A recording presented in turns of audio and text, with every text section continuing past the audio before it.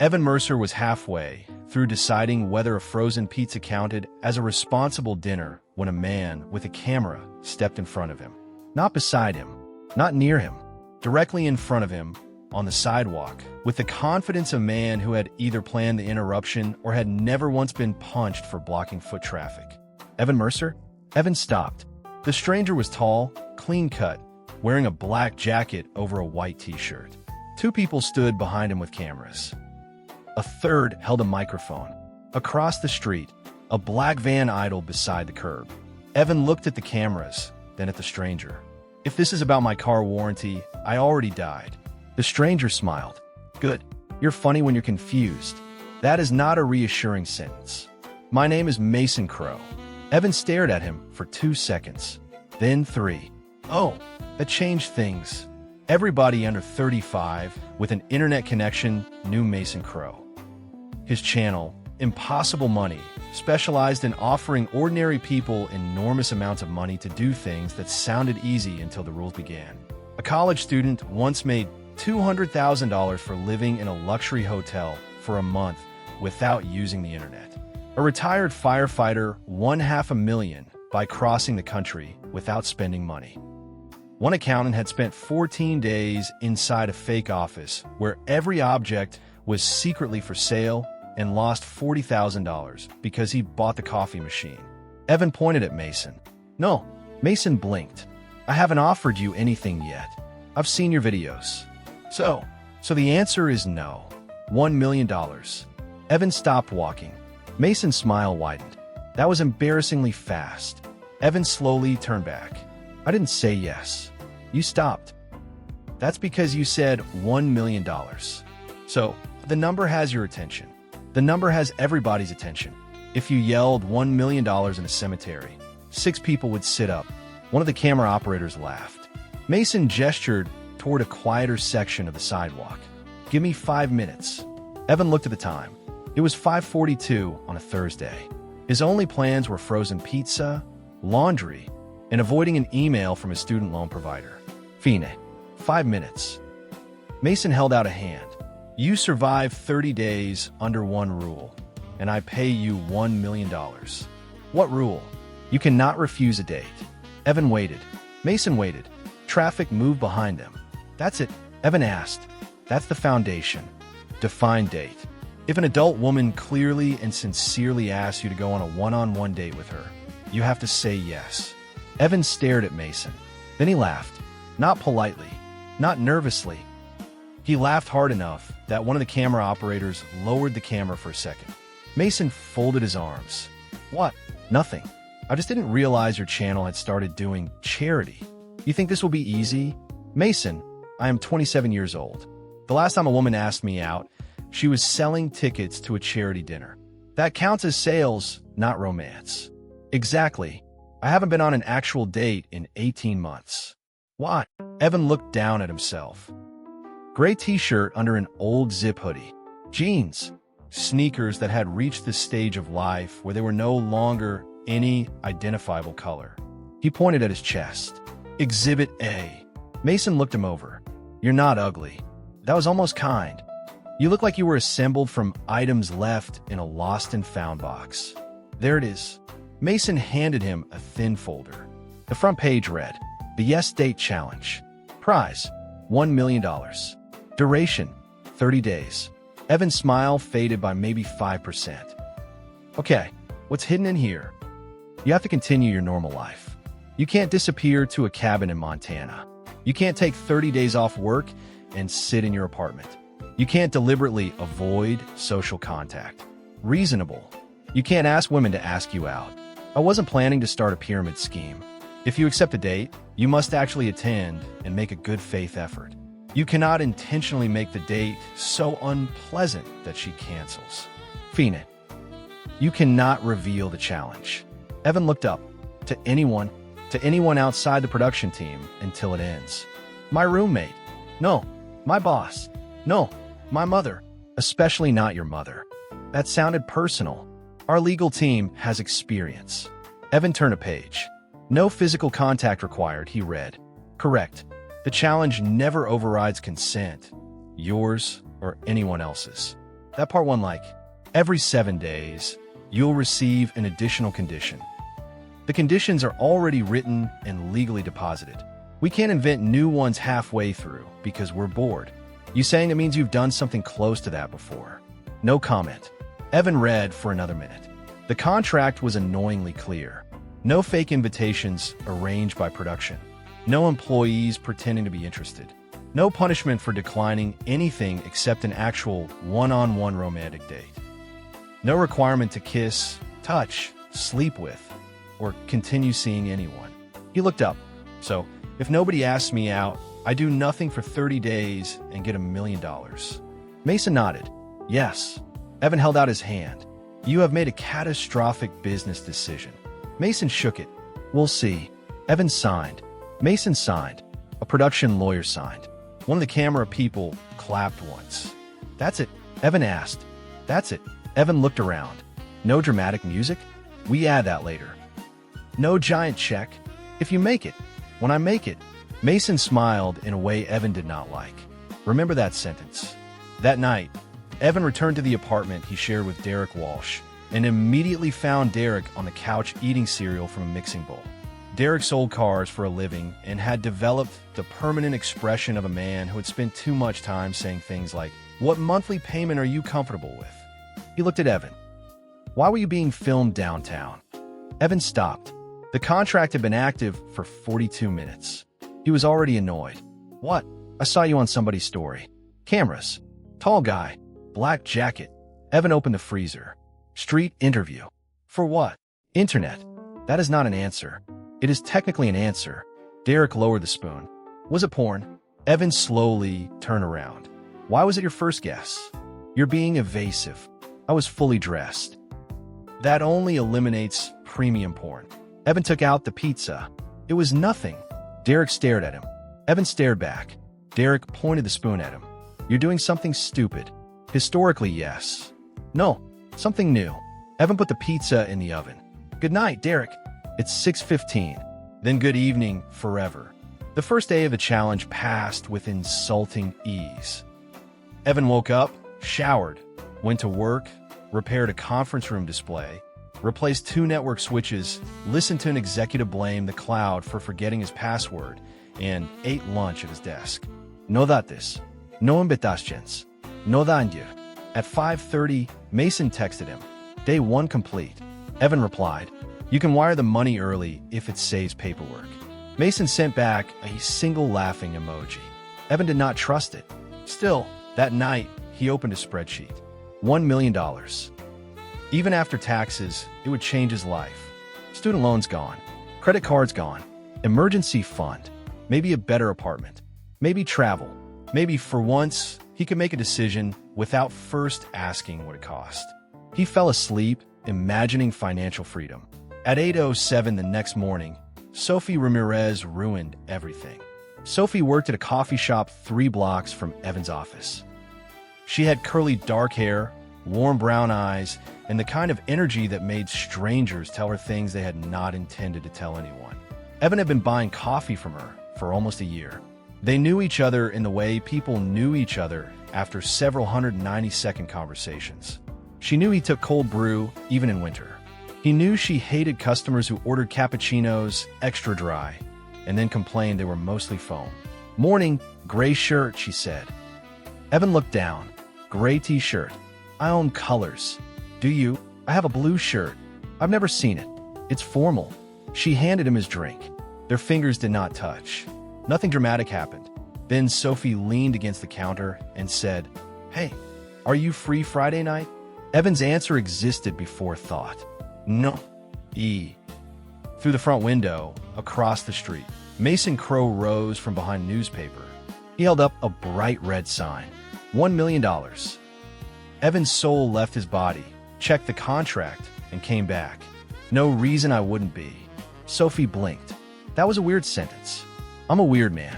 I noticed. She smiled. So dinner? Evan could feel Mason staring through the glass. Yes. 7. Yes. Want me to text you the place? Yes. Sophie tilted her head. You know you can use other words. I'm experimenting with efficiency. She laughed. Okay. 7. Evan carried his coffee outside. Mason fell in a step beside him. You almost failed on day 2. I hate you. You said this would be easy. It is easy. You look pale. I haven't had coffee yet. You're holding coffee. I haven't emotionally had coffee yet. Mason grinned. Friday. First date. Evan took a long drink. This is still free money. Of course. And free dinner. You are paying for your own dinner. Evan stopped walking. What kind of production is this? A profitable one. Friday night surprised him. Mostly because Sophie was fun. There was no grand seduction, no mysterious challenge complication, no hidden camera bursting from the appetizer. They went to a casual Mexican restaurant with patio seating. Sophie wore jeans, boots, and a red jacket. Evan wore the blue shirt. She noticed immediately. Oh my God, what? You do own a color. I told you. I thought it was mythology. They ordered tacos. Sophie asked what he did for work. IT support and systems maintenance. So you fix computers? No, I tell people to restart computers, and then I fix them after they lie about restarting them. She laughed. That sounds exhausting. You make coffee for people before they become human. I respect your battlefield. Yesterday a man told me his latte foam felt judgmental. Was it? Yes. They talked for almost 2 hours. Evan slowly realized something uncomfortable. He was having a good time. Not because Sophie was attractive, though she was. Not because there was $1 million attached, though there definitely was. He was relaxed because rejection was no longer part of the equation. Normally, a date made Evan mentally edit every sentence before he spoke. Was that joke stupid? Did he talk too much? Not enough. Did she look bored? Tonight, none of that mattered. He had not chased Sophie. He had not convinced her to come. She had asked him. The result was that Evan acted more like himself than he had on a date in years. At the end of the night, Sophie hugged him lightly. Fun. Yeah. Also, for the record, yeah. You're much less boring than your shirt suggests. That is the nicest insult I've received this week. She smiled. I'll see you Monday. There was no kiss, no awkward discussion, no promise of romance. And Evan felt strangely good about it. When he got home, he found a tiny production camera mounted in the corner of his living room with Derek's permission. Derek pointed at it. They paid me $200 to let them film a lifestyle segment. Evan stared at him.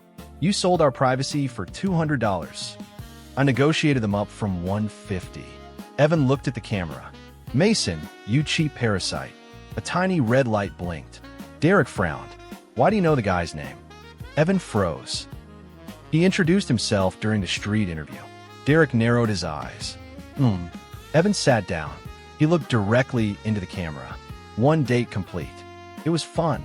Nobody died. I spent $38. Derek looked between Evan and the camera. Why are you reporting this? Personal growth. What? Evan ignored him. He pointed at the lens. Mason, I want you to understand something. Free dinner.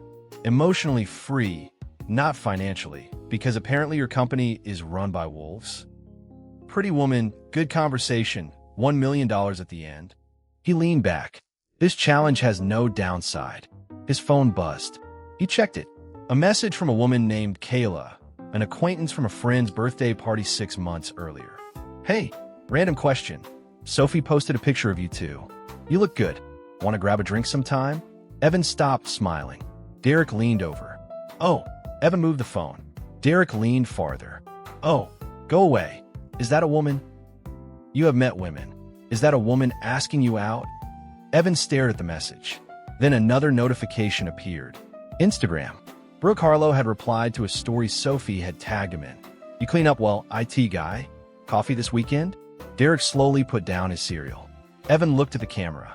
Mason's voice came through a small speaker hidden beside it. Still free money?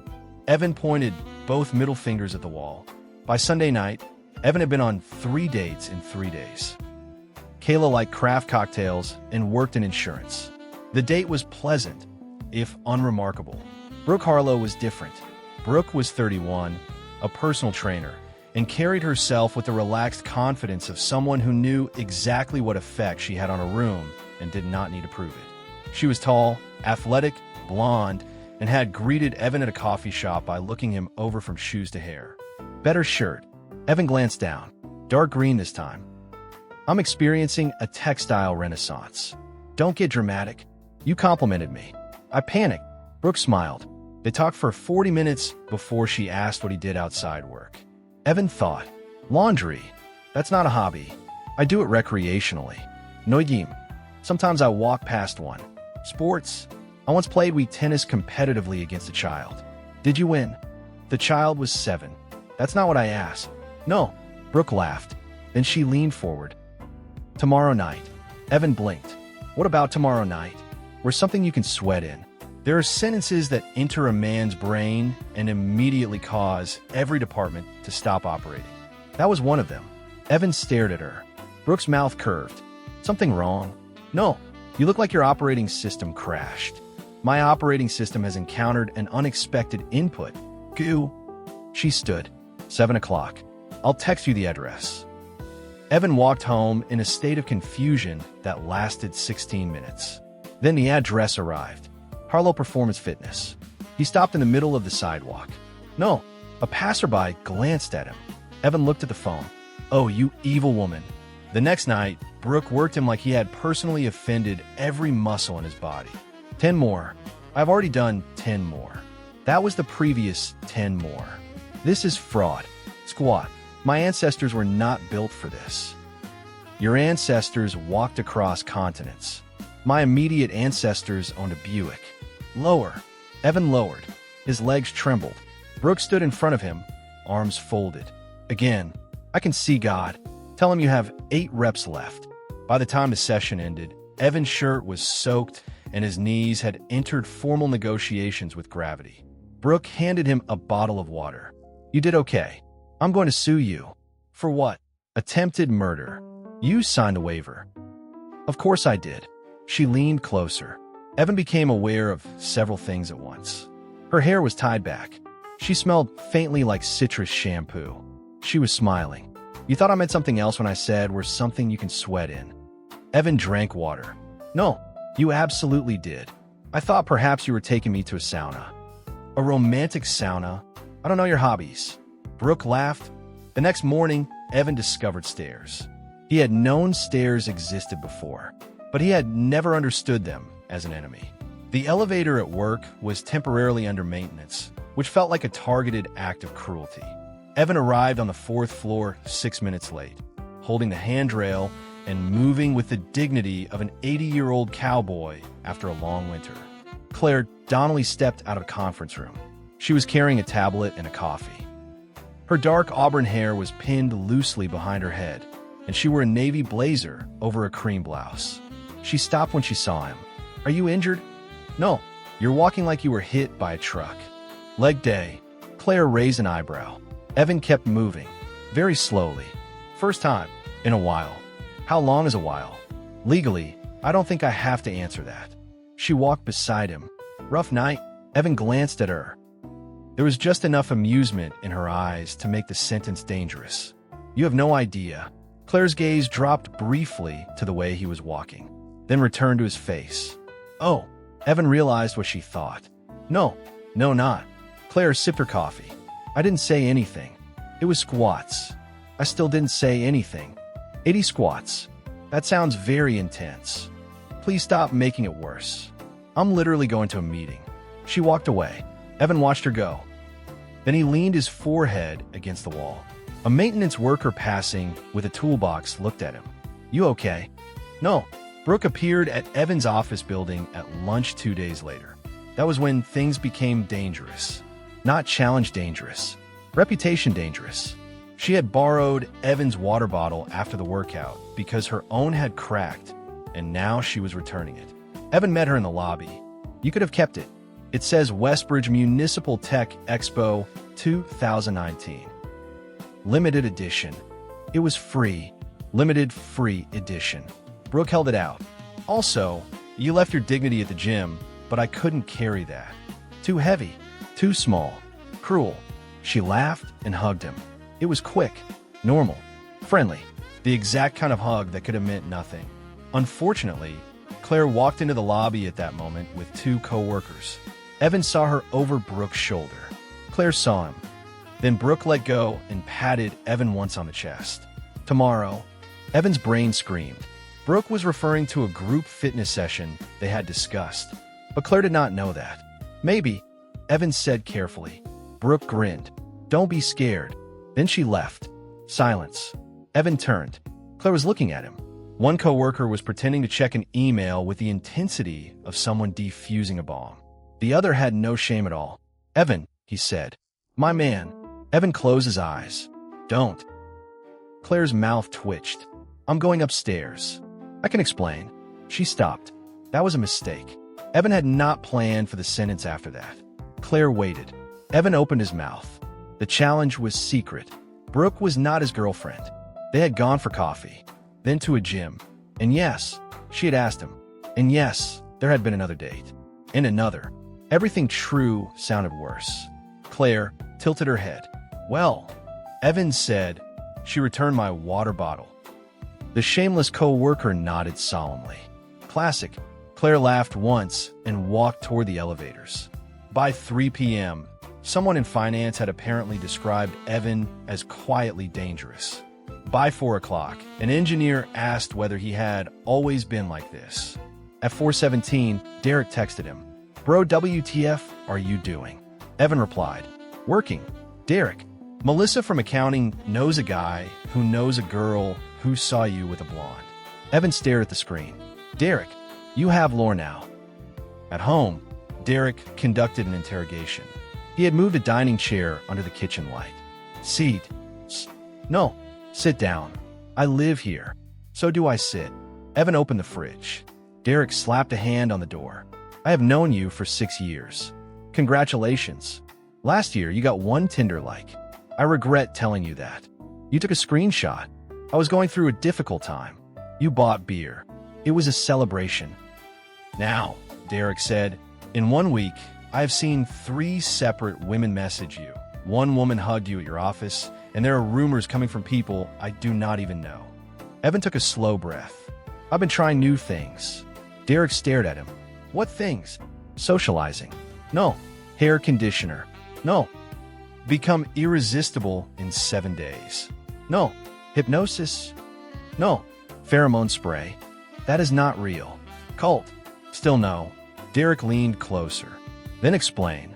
Evan thought about the $1 million. I started embracing life. Derek stared at him for 5 full seconds. Then he stepped back. Oh my God. What? You are in a cult. The first hidden rule arrived on the morning of day 7. Mason was waiting outside Evan's office with a paper envelope. Evan stopped 10 feet away. No, you don't know what it is. I recognize your face. That hurts. You heal quickly. Mason held out the envelope. First additional condition. Evan took it. Inside was 1 card. No date, location may be used twice. Evan read it. Then again. You bastard. Mason smiled. Language. I have used the same coffee shop twice. Previous dates don't count. From today forward. Evan looked toward heaven. I had a system. You had 1 coffee shop. It had parking. You now have to be creative. I'm an IT technician, Mason. My idea of romance is finding an outlet near a table. Then grow. Evan pointed the card at him. You enjoy this too much. It pays my mortgage. The new rule should have made everything worse. Instead, it accidentally improved Evan's dating life. The problem was money. Even if the show covered some approved production expenses, Evan refused to become the guy who treated every date like a corporate event because a YouTube channel might reimburse him. So he started looking for cheap things to do. A free outdoor movie. A used record store where each person had $10 to pick the strangest album cover. A food truck park where the rule was that neither person could order something they had eaten before. A tiny bowling alley that looked unchanged since 1987. A bookstore challenge where they had 5 minutes to choose a book for the other person based only on first impressions. To Evan's surprise, people loved it. Not everybody romantically. That was important. He and Sophie had become comfortable friends almost immediately.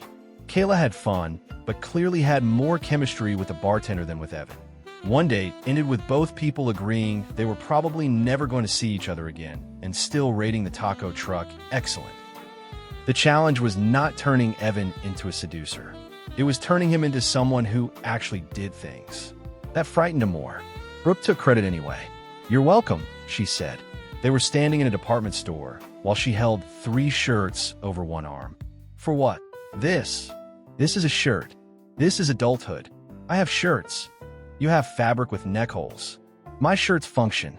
So do hospital gowns. We don't wear them to dinner." Evan looked toward the exit. Brooke caught the back of his jacket. "No, I saw freedom. You saw automatic doors. They symbolize freedom. Try this." She handed him a dark fitted button-down. Evan examined the price tag. $70. Normal. For a shirt. Yes. Does it include healthcare? Changing room. He came out 2 minutes later. Brooke looked him over, then nodded. "That? What? That's your shirt." Evan looked at himself in the mirror. It fit his shoulders better than anything he owned. "Okay." Brooke smiled. "You look hot." Evan turned. She was completely casual about it.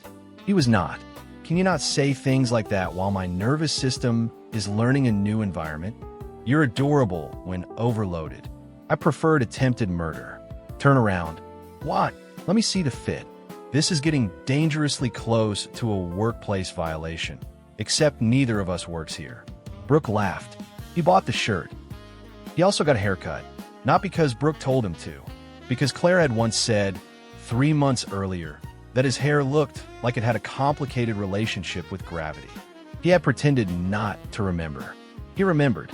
Monday morning, he walked into the office kitchen wearing the new shirt under a simple jacket. Claire was making coffee. She looked up, then looked again. Evan noticed. That alone almost paid for the shirt. "Morning," he said. Claire turned back to the machine. "Morning." That sounded suspiciously normal. What should it sound like? I don't know. Trumpets. She looked at him again. "You got a haircut?" "Yes." "And a shirt?" "I usually wear one." "A real shirt." Evan put a hand over his chest. "You wound me." Claire smiled. "It looks good." There it was. Simple. Casual. But Evan felt it more than he had felt Brooke calling him hot, which was deeply inconvenient. He reached for a mug. Claire leaned against the counter. "So what happened?" "To what?" "You." "Nothing happened." "Evan, 3 weeks ago you dressed like a substitute math teacher on laundry day. That is very specific. Now you have plans every weekend. Strange women appear in the lobby. And somebody told me you organized a date around buying terrible records. It was one terrible record. Should I get in line?" Evan's hand tightened around the paper coffee cup. The lid popped loose. Coffee splashed onto the counter. Claire jumped back. "Oh, I'm fine." "I didn't ask if you were fine." "I know." She stared at him. Evan grabbed napkins. Claire started laughing. "What was that?" "Structural failure." "Because I said line?" "No." "Do I make you nervous, Mercer?" This was bad. Not because the answer was no. Because the answer was yes. For 2 entirely separate reasons. Claire stepped closer, still amused. "You're turning red." "I'm cleaning coffee." "You are aggressively cleaning coffee." "I believe in sanitation." She lowered her voice. "Relax. I was joking." Evan looked at her. For half a second, he forgot Mason, the cameras, the contract, the money. Claire's eyes were bright with amusement. Then she took her coffee. "Nice shirt." She left. Evan stood alone in the kitchen. Mason texted him 30 seconds later. "Interesting." Evan stared at the message, then typed, "If you ever put her in the video without permission, I will bury you under your own subscriber plaques." Mason replied, "Noted." Then, "Very interesting." Evan blocked him for 4 minutes. The next disaster arrived as a calendar. Saturday, 10 a.m., brunch with Rachel, a friend of Kayla's who had asked Evan out after meeting him at a group gathering. 2 p.m., mini golf with Brooke. 7 p.m., dinner with Hannah Grant, a freelance photographer he had met briefly at a company networking event. 3 dates.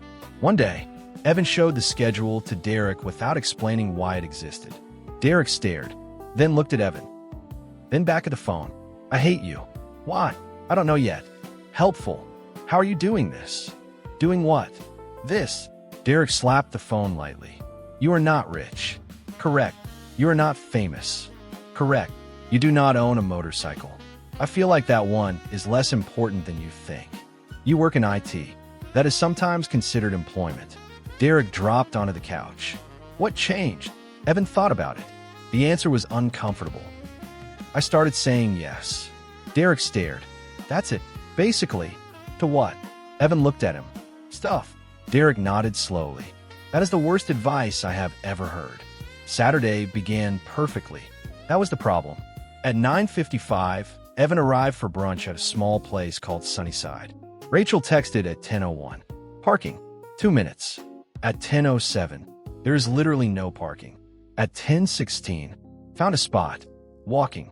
At 10:21, she arrived apologizing, and Evan immediately knew the schedule was dead. Rachel was funny, sharp, and had the conversational speed of an auctioneer. They ordered. The kitchen got backed up. Food took 35 minutes. Evan checked the time at 11:34.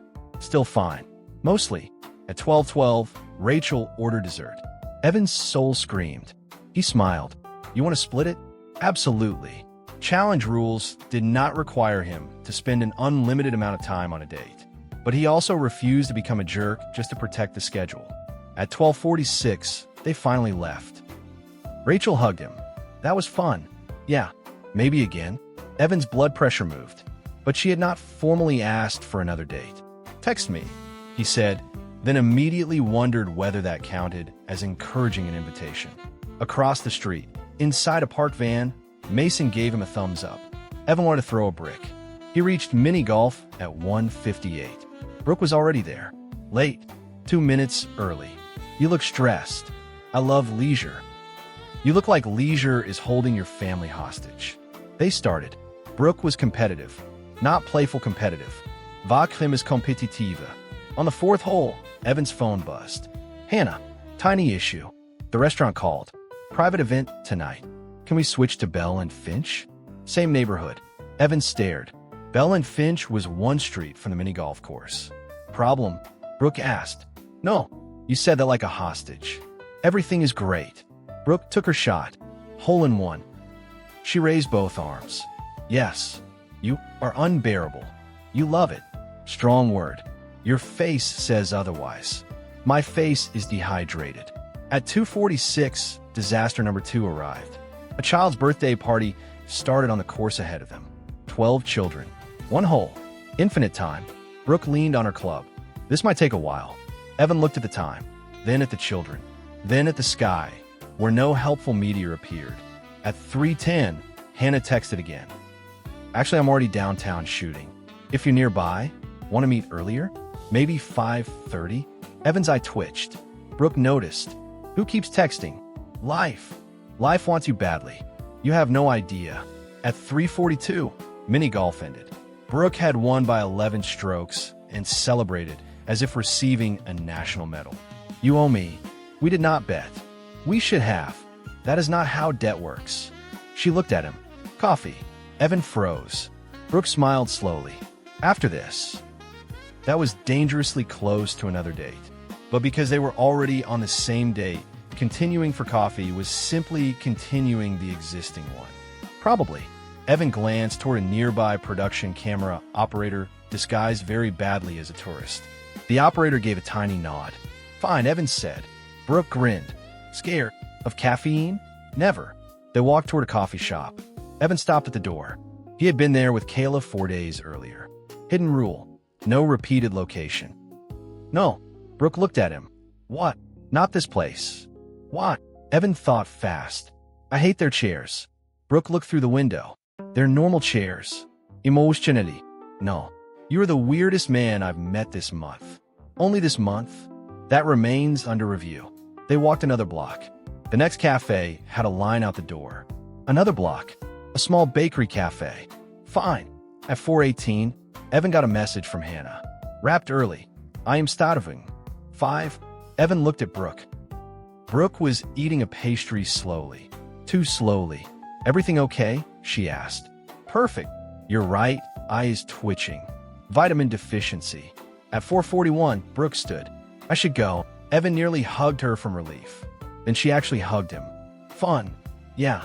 Next time I'm picking something physical again. Evan stepped back. No. Brooke laughed. Your face. Have mercy. No. Evan checked his phone. Hannah, I'm at Bell and Finch early. No ruse. I got a table near the window. Evan had 19 minutes. Bell and Finch was 6 blocks away. He ran. Not jogged. Ran. 2 blocks in, his phone rang. Derek. Evan answered while moving.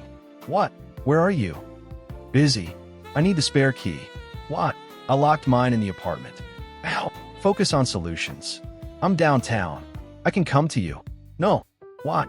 Evan dodged a man walking a dog. Because I'm doing something. A date. Evan said nothing. Derek screamed into the phone. Another one? Lower your voice. Where? No. I'm already driving downtown. Derek, send me your location. I hate you. Love you too. Evan hung up. At 4:57, he reached Bell and Finch. Hannah sat near the front window.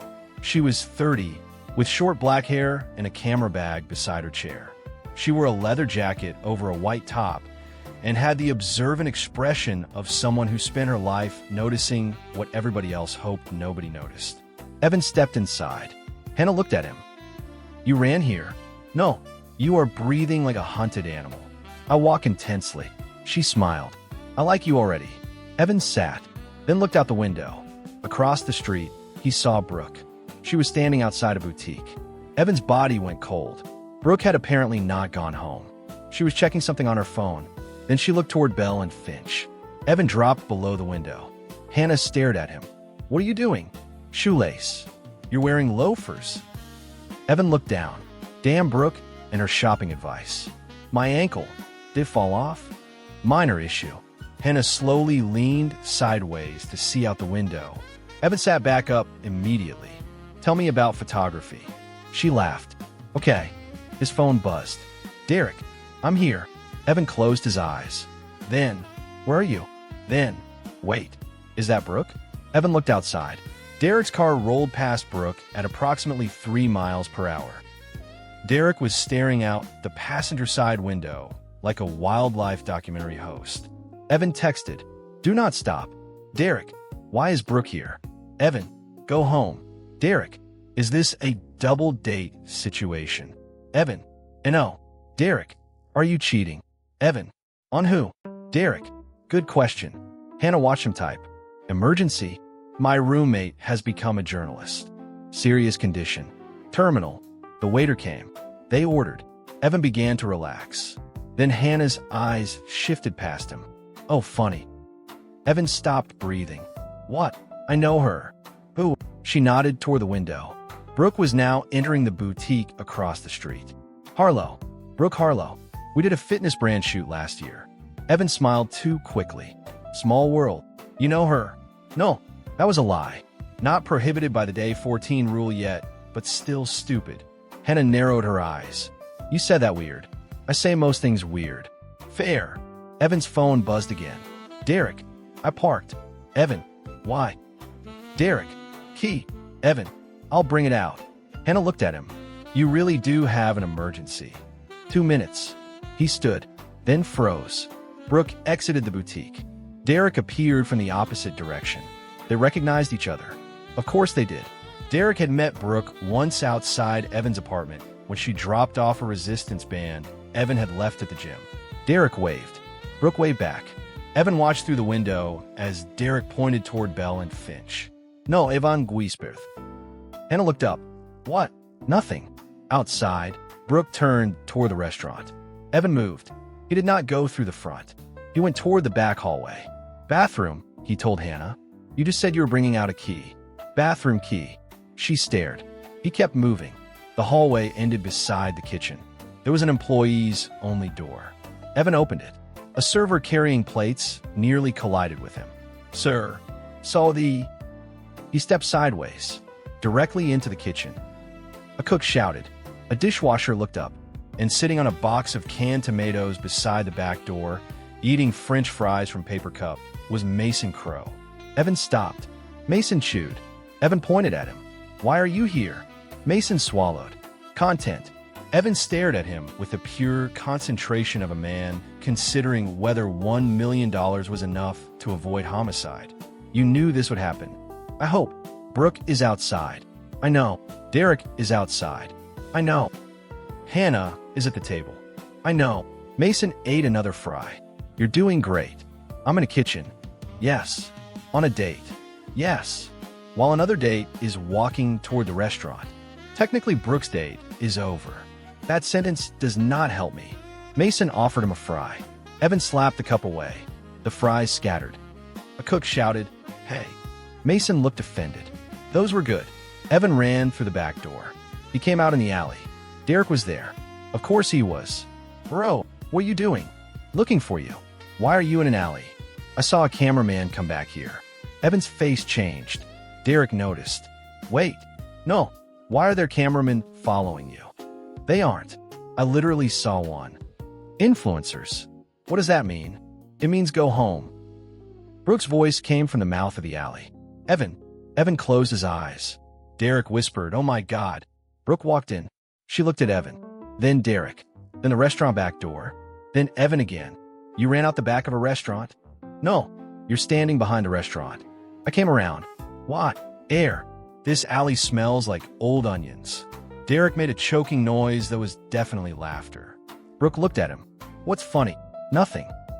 I'm just witnessing history." Evan pointed at Derek. "Leave. I need the key." Evan took the apartment key from his pocket and shoved it into Derek's hand. Derek held it up. "Thank you." Then he looked at Brooke, then at Evan, then toward the restaurant window. His eyes widened. "Oh." Evan saw the moment he understood. Not the challenge. The dates. Derek whispered, "There's another one." Brooke turned to Evan. "Another what?" Evan grabbed Derek by the shoulder. "My roommate has a head injury." "I do not." "He does." Brooke folded her arms. The teasing expression was still there, but now mixed with curiosity. "Are you on another date?" There were moments when lying made everything worse. This was one. Evan released Derek. "Yes." Brooke blinked. Derek's mouth opened. Evan continued quickly. "We finished ours. Hannah and I had plans tonight. She finished work early. The schedule shifted. I should have said something when I realized you were still nearby." Brooke stared at him. Evan forced himself not to fill the silence. Finally, Brooke asked, "Do you think we're exclusive?" "No." "Did I think we were exclusive?" "I don't think so. We've been on 2 dates." "Yes." "One of them was me trying to make your legs stop functioning." "Yes." "That was not a romantic milestone." "Agreed." Derek whispered, "This is incredible." Evan elbowed him. Brooke's mouth twitched. Then she started laughing. Not angry laughter. Real laughter. "You hid in a kitchen." "Yes." "Because you thought I'd be mad?" "I thought the situation would look disrespectful." "It does look stupid." "That too." She shook her head. "Relax. We're not dating. "I know. Although now I'm slightly offended you assumed I'd fight a woman in a restaurant. I did not assume that. You absolutely imagined a scene. I imagined emotional discomfort." "Coward." Derek raised a hand. "For the record, I imagined a fight." "Go home, Derek." Brooke pointed toward the restaurant. "Go finish your date." Evan blinked. That's it. Then Brooke leaned closer and lowered her voice. "But if you ever crawl through a kitchen to avoid me again, I will make you do lunges until you forget your own name." "There she is." She patted his cheek. "Have fun." Then she walked away. Derek watched her go, then turned to Evan. "What the hell are you?" Evan grabbed the back door. "Busy." He returned to the table. Hannah was drinking wine. She looked at him. "That was longer than 2 minutes. I had a logistical event." "I saw Brooke through the window." Evan sat down. Hannah smiled. "I also saw you disappear toward the kitchen." Evan covered his face. She laughed. "Relax. Brooke texted me." His hands lowered. "What?" Hannah held up her phone. "A message from Brooke. Ask him why he hid in the kitchen. Please." Evan looked toward the ceiling. "I need new friends." "You have fascinating friends." Hannah studied him for a moment. "So, honest question. Please don't. Are you dating a lot of women right now?" Evan considered the safest possible answer. "Yes." "Are you pretending any of them are exclusive?" "No." "Are you lying to people about what you want?" "No." "Do you know what you want?" That one took longer. I'm working on it. Hannah nodded. Good answer. Their food arrived. The rest of the evening was easy. Hannah told stories about photographing terrible corporate retreats and once being asked to make a CEO look approachable without changing his face. Evan told her about users who submitted support tickets, saying only computer bad.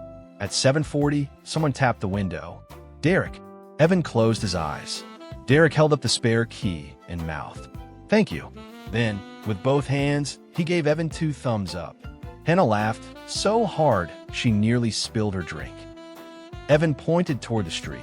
Derek disappeared. By 9 o'clock, the date ended. Hannah hugged him outside. Fun night, despite the kitchen incident. Because of the kitchen incident. Great. Also, honesty is easier than cardio, right? That has not been my experience this week. She smiled. Good night, Evan. Good night. The production van was waiting at the curb. Mason stood beside it. He had acquired new fries. Evan walked toward him. Mason lifted the cup protectively. Don't. Evan stopped. Well, Mason asked. Well, what? 3 dates in 1 day. I survived.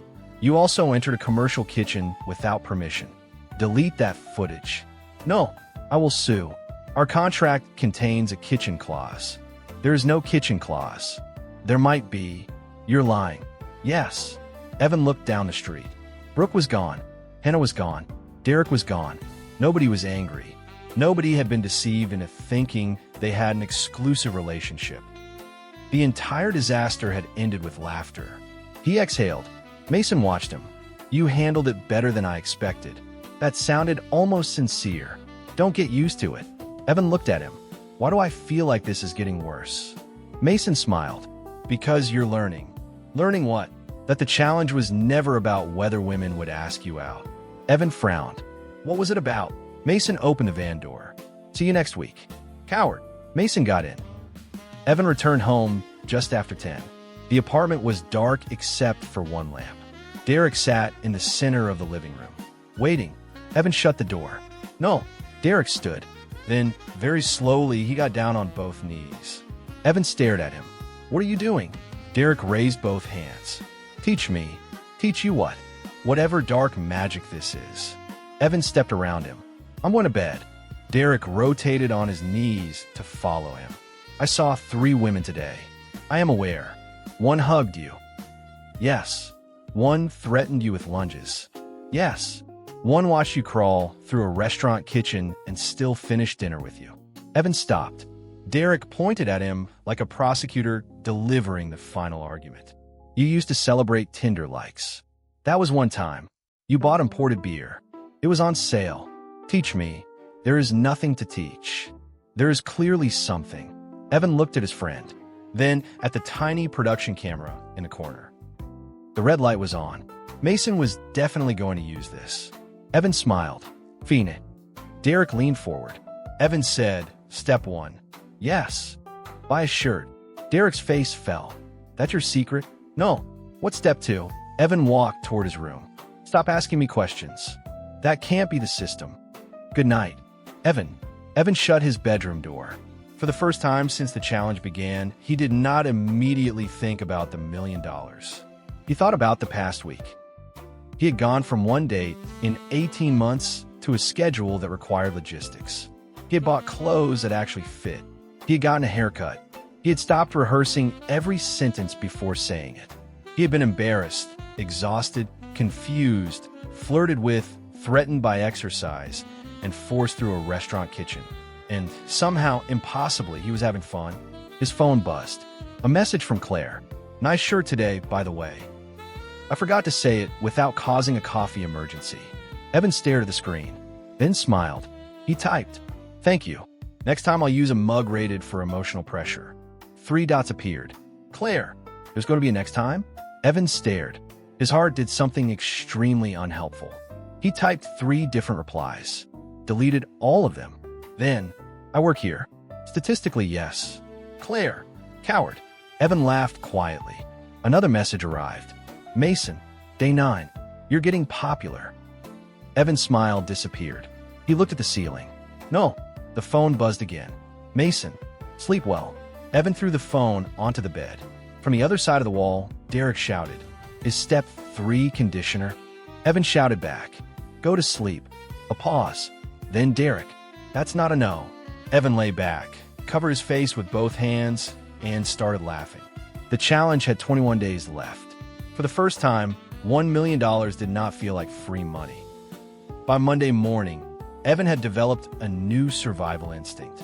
It activated whenever a woman smiled at him. Not every smile. He was not insane, yet, but there was a particular kind of smile now. The slight pause, the second glance, the beginning of a sentence that made his nervous system prepare for financial combat. He was standing in the lobby of his office building when a woman from the marketing department approached him. "Hey, Evan." His shoulders tightened. "Morning. I was wondering if you'd like to." His soul braced. "Take a look at the projector in conference room B. It keeps disconnecting." Evan exhaled so hard she blinked. "You okay?" "Never better." "You look terrified." "Projectors scare me." "You work in IT. That's how I know what they're capable of." She laughed and walked away. Evan watched her go. Then he noticed Claire by the elevators. She had seen the whole thing. Her mouth was curved in a small, suspicious smile. "What?" Evan asked. "Nothing. That's never true when you say it like that." Claire pressed the elevator button. "You look like Melissa was about to serve you a subpoena. She said she wanted me to do something. She wanted you to fix a projector." I didn't know that at the beginning of the sentence. Claire looked at him. There was a beat. Then she said, "Relax. I'm not asking you out." The elevator doors opened. Evan's body betrayed him. His shoulders dropped. It was tiny, barely visible. But Claire saw it. The amusement in her expression changed. Not dramatically, just enough. "Oh," she said. Evan realized his mistake 1 second too late. "No, I didn't mean..." Claire stepped into the elevator. "You don't have to explain." That sentence means I definitely have to explain. "You really don't." He followed her in. 2 other employees entered behind them. The doors closed. Evan could not say anything meaningful without sounding deranged. Claire looked at the floor numbers. "So," she said lightly, "good to know." "What's good to know?" "That there's at least one woman in Westbridge you're not worried about asking you out." The 2 employees became intensely interested in the elevator wall. Evan felt heat climb his neck. "That is not what happened." Claire nodded. "Sure." The elevator stopped at 4. She stepped out. Evan followed. "Claire." She walked backward for 3 steps. "Projector, Mercer." Then she turned and disappeared around the corner. Evan stood in the hallway. One of the employees from the elevator walked past him. "Man." Evan looked at him. "What?" The employee shook his head. "Nothing. Everybody needs to stop saying that." By lunchtime, Evan discovered that the rumors had escaped his department. A woman from procurement he had spoken to twice in his life asked if he was the guy who does creative dates. A junior analyst wanted the name of the record store. Someone in sales asked if the mini-golf place was good for a 3rd date specifically. Evan stared at him. "Why specifically 3rd?" The man lowered his voice. "Second date has expectations." "What expectations?" "I don't know. That's why I'm asking you." "I repair routers." "Not according to accounting." "What does accounting think I do?" The man hesitated. "I'm not sure you want to know." Evan did not want to know. At 12:38, he went outside to buy lunch. At 12:41, a woman he vaguely recognized from the office gym smiled at him. He crossed the street. At 12:43, Mason stepped out from behind a parking meter. Evan nearly walked into traffic. "What is wrong with you?" Mason fell in a step beside him. "You crossed the street to avoid her. She was going the other direction. She smiled at you." "People smile." "You panicked." "I did not panic." "You changed zip codes." Evan kept walking. Mason grinned. "This is my favorite stage." "There are stages." "Stage 1, confidence." "I was never confident." "You told me I made a catastrophic business decision." "That was financial analysis." "Stage 2, abundance." "That sounds disgusting." "Stage 3, fear." Evan stopped. "What stage for?" Mason smiled. "I'm hoping to find out." Evan looked at him. "I hope your next video is 30 days without dental insurance." "That's not very clickable." "I'd click it." Mason checked his phone. "By the way, you have dinner Wednesday." Evan frowned. "With who?" "Not my job to tell you." His own phone buzzed. A message from a woman named Jenna, a friend of Rachel's. Rachel says, you know, a weird little ramen place. Want to go with me Wednesday? Evan stared at Mason. Mason lifted both hands. We didn't arrange it. I know. You sound disappointed. I am tired. You're popular. I preferred being ignored. Liar. Evan started walking again.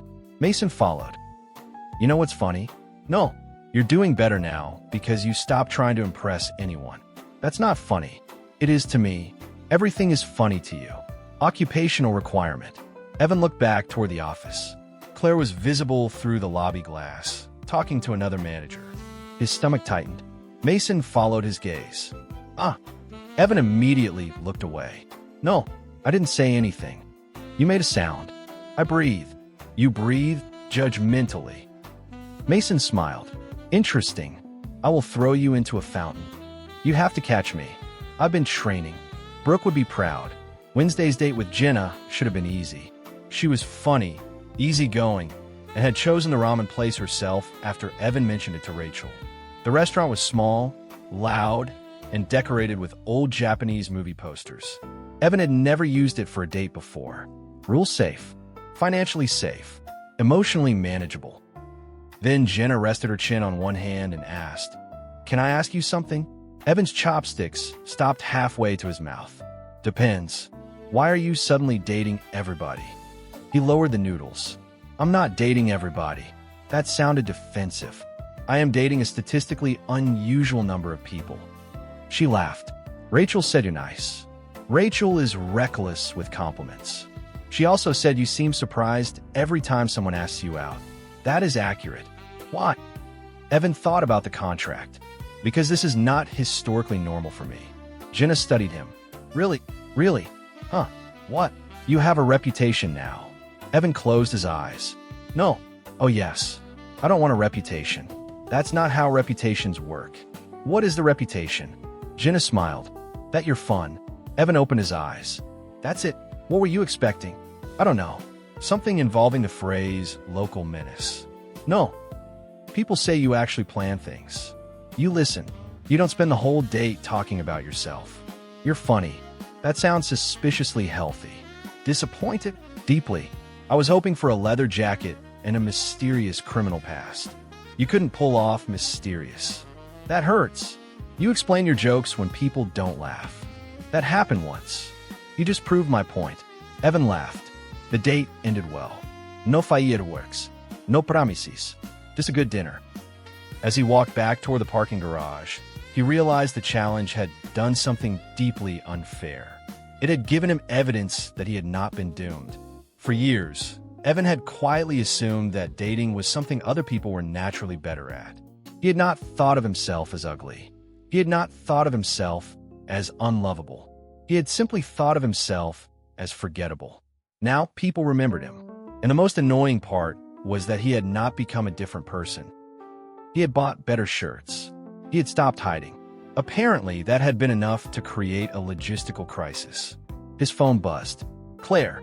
Projector survived. Barely. Evan smiled. He typed, "Tell Melissa I was brave." Claire. I told her you crossed a street to avoid her. Evan stopped walking. How do you know that? Claire. Windows. Then. Also, Mason Crow is not subtle. Evan's heart stopped. He typed too fast. What? 3 dots. Claire. The YouTube guy? He was outside. I recognized him. Evan stared at the screen. Then, do you know him? Claire. No. Why? Evan exhaled. Nothing. He was filming something downtown. Claire. You track cameras now too? Evan. Apparently my final form is deeply irritating. Claire. That part hasn't changed. He smiled again. Then Claire sent. Good night, Evan. He typed. Good night. And stared at it longer than necessary. On day 14, Mason arrived at Evan's apartment at 7 a.m. Derek opened the door. He was wearing plaid pajama pants and holding a spatula. He looked at Mason, then at the camera operator behind Mason, then back at Mason. Oh, Mason smiled. Morning. You're the street interview guy. I am. Derek looked toward Evan's bedroom, then back at Mason. His eyes narrowed. What the hell is going on? Mason handed him a release form. We're filming a follow-up lifestyle segment. Derek looked at the form. Do I get paid? 200. Derek opened the door wider. Welcome to our home. From the hallway, Evan shouted, You have no principles. Derek shouted back, I have market rates. Evan came out wearing sweatpants and a t-shirt. Mason held up an envelope. Day 14. Evan stopped. No. Derek looked between them. What's day 14? Nothing, Evan said. Content schedule, Mason said at the same time. Derek's eyes narrowed further.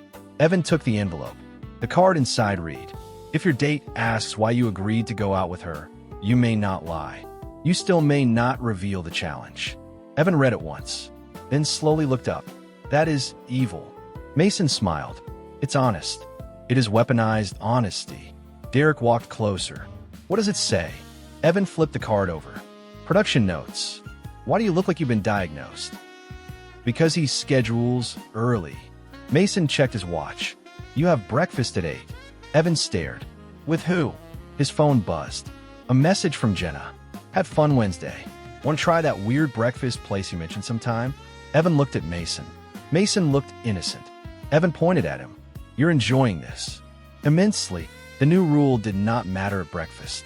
Jenna did not ask why he had agreed. It did not matter at lunch. It did not matter while Evan fixed a printer, reset a password, or spent 20 minutes explaining to a vice president that unplugging a monitor did not delete the internet. At 6:30 that evening, it mattered. Evan was at a small wine bar with Lauren, a friend of a coworker. They had been talking for 20 minutes when Lauren smiled and said, I have to ask. Evan felt a cold wave move through him. Dangerous beginning. Why did you say yes? There it was. Across the room, a man in a baseball cap lifted a water glass. Mason, of course. Evan wanted to die. Lauren waited. He could not lie.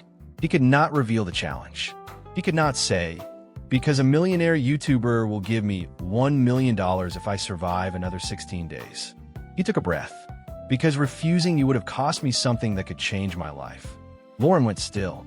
Evan heard Mason choke on water across the room. Lauren's expression softened. Oh.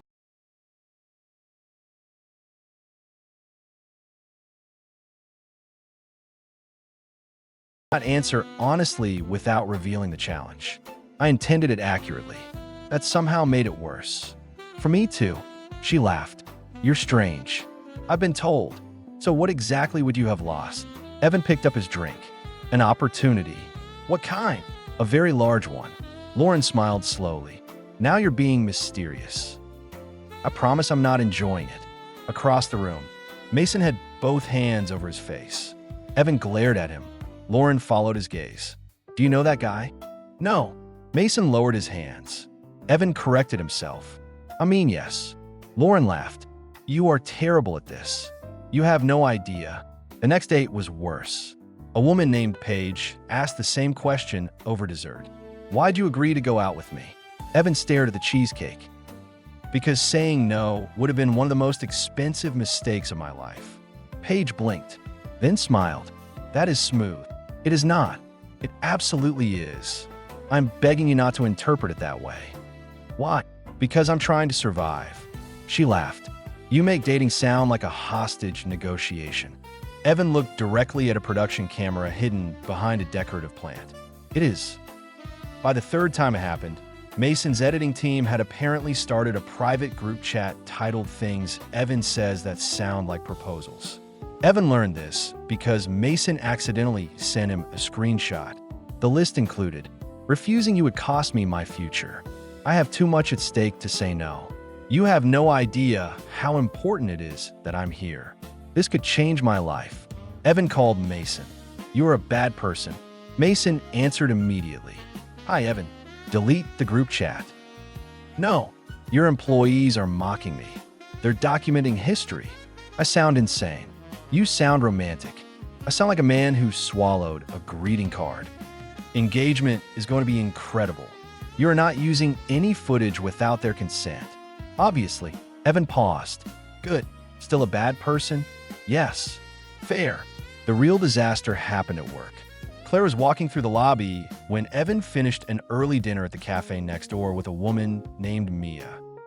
Mia had asked him out after meeting him at a friend's trivia night. They were standing near the lobby entrance. Mia smiled. I had fun.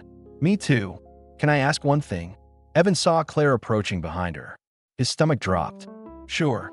Why did you say yes when I asked you out? No. No. Claire slowed slightly. Evan could feel Mason's camera somewhere in the universe. Mia waited. Evan chose every word carefully. Because I knew saying no would mean walking away from something that mattered a lot to my future. Mia's eyebrows rose. Claire stopped. Evan wanted the building to collapse. Not violently, just enough to create an evacuation. Mia smiled. That might be the nicest thing anybody's said to me all month. Is technically true. Technically, very technically.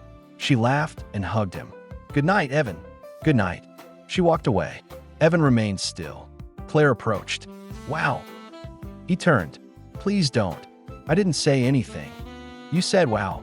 It was an impressed wow. That's worse. Claire folded her arms. I owe you an apology. For what? I thought you were improvising. I am. Apparently very effectively. You heard one sentence. I heard enough. No, you really didn't. Claire looked at him for a moment. There was humor in her expression, but something else too. Distance. Relax, Mercer. Your private life is your private life. The sentence landed harder than it should have. Evan frowned. Claire, see you tomorrow. She walked away. Evan watched her go. Mason emerged from behind a column. Evan did not look at him. Don't. Mason stood beside him. I wasn't going to say anything. Good. A pause. Then Mason said, that went badly. Evan turned. I hate you. Mason nodded. That seems fair. The next morning, Natalie Price walked into the building. Evan saw her from the second floor mezzanine. For one confused second, he thought his brain had invented her because the week was not difficult enough. Then she looked up. Their eyes met. Natalie stopped. Evan stopped. 3 years disappeared and returned all at once. Natalie had always been striking in a way that made people straighten their posture around her. Dark blonde hair cut just above her shoulders, sharp green eyes, tailored tan coat, the kind of calm confidence that came from knowing where she was going before she entered a room. She smiled first, not warmly, not coldly, just surprised. Evan, he walked down the stairs. Natalie, she looked him over. He knew exactly what she saw. Haircut, better clothes, a jacket that fit, probably fewer signs of nutritional surrender. Her eyebrows rose. Well, Evan sighed. Everybody keeps doing that. Doing what? Looking at me like I was recently restored by a museum. Natalie laughed. There it was. The same laugh. It did not hurt. That surprised him. What are you doing here? He asked. Commercial lease meeting. My firm's representing a client looking at space on 6. You're still in real estate? I'm still in real estate. Good. You're still here.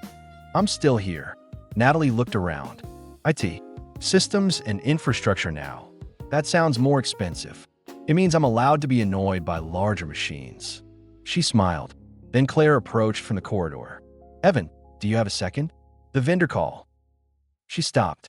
Natalie turned. Evan felt the universe physically lean closer. Claire, he said, this is Natalie Price. Natalie, Claire Donnelly. Claire's one of our project managers. Natalie extended a hand. Nice to meet you. You too. Claire shook it. Natalie looked at Evan. We used to date. Evan closed his eyes for half a second. Claire's eyebrows lifted. Oh, Natalie glanced at him. What? Nothing. You're the second person this week to say oh like that. Claire's smile was professional. How long?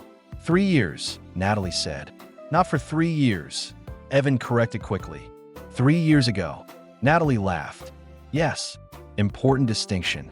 Claire looked at Evan. Very. The vendor call ceased to matter. Evan could feel it. Natalie checked her watch. My meeting starts in 10. Good luck. Thanks. She took 2 steps, then stopped. Turned back. Actually, want to get coffee sometime? Evan's blood turned to ice. Claire was still standing there. Somewhere, perhaps 3 states away, Mason Crow probably felt a disturbance in the force. Evan looked at Natalie. He could not refuse. Sure.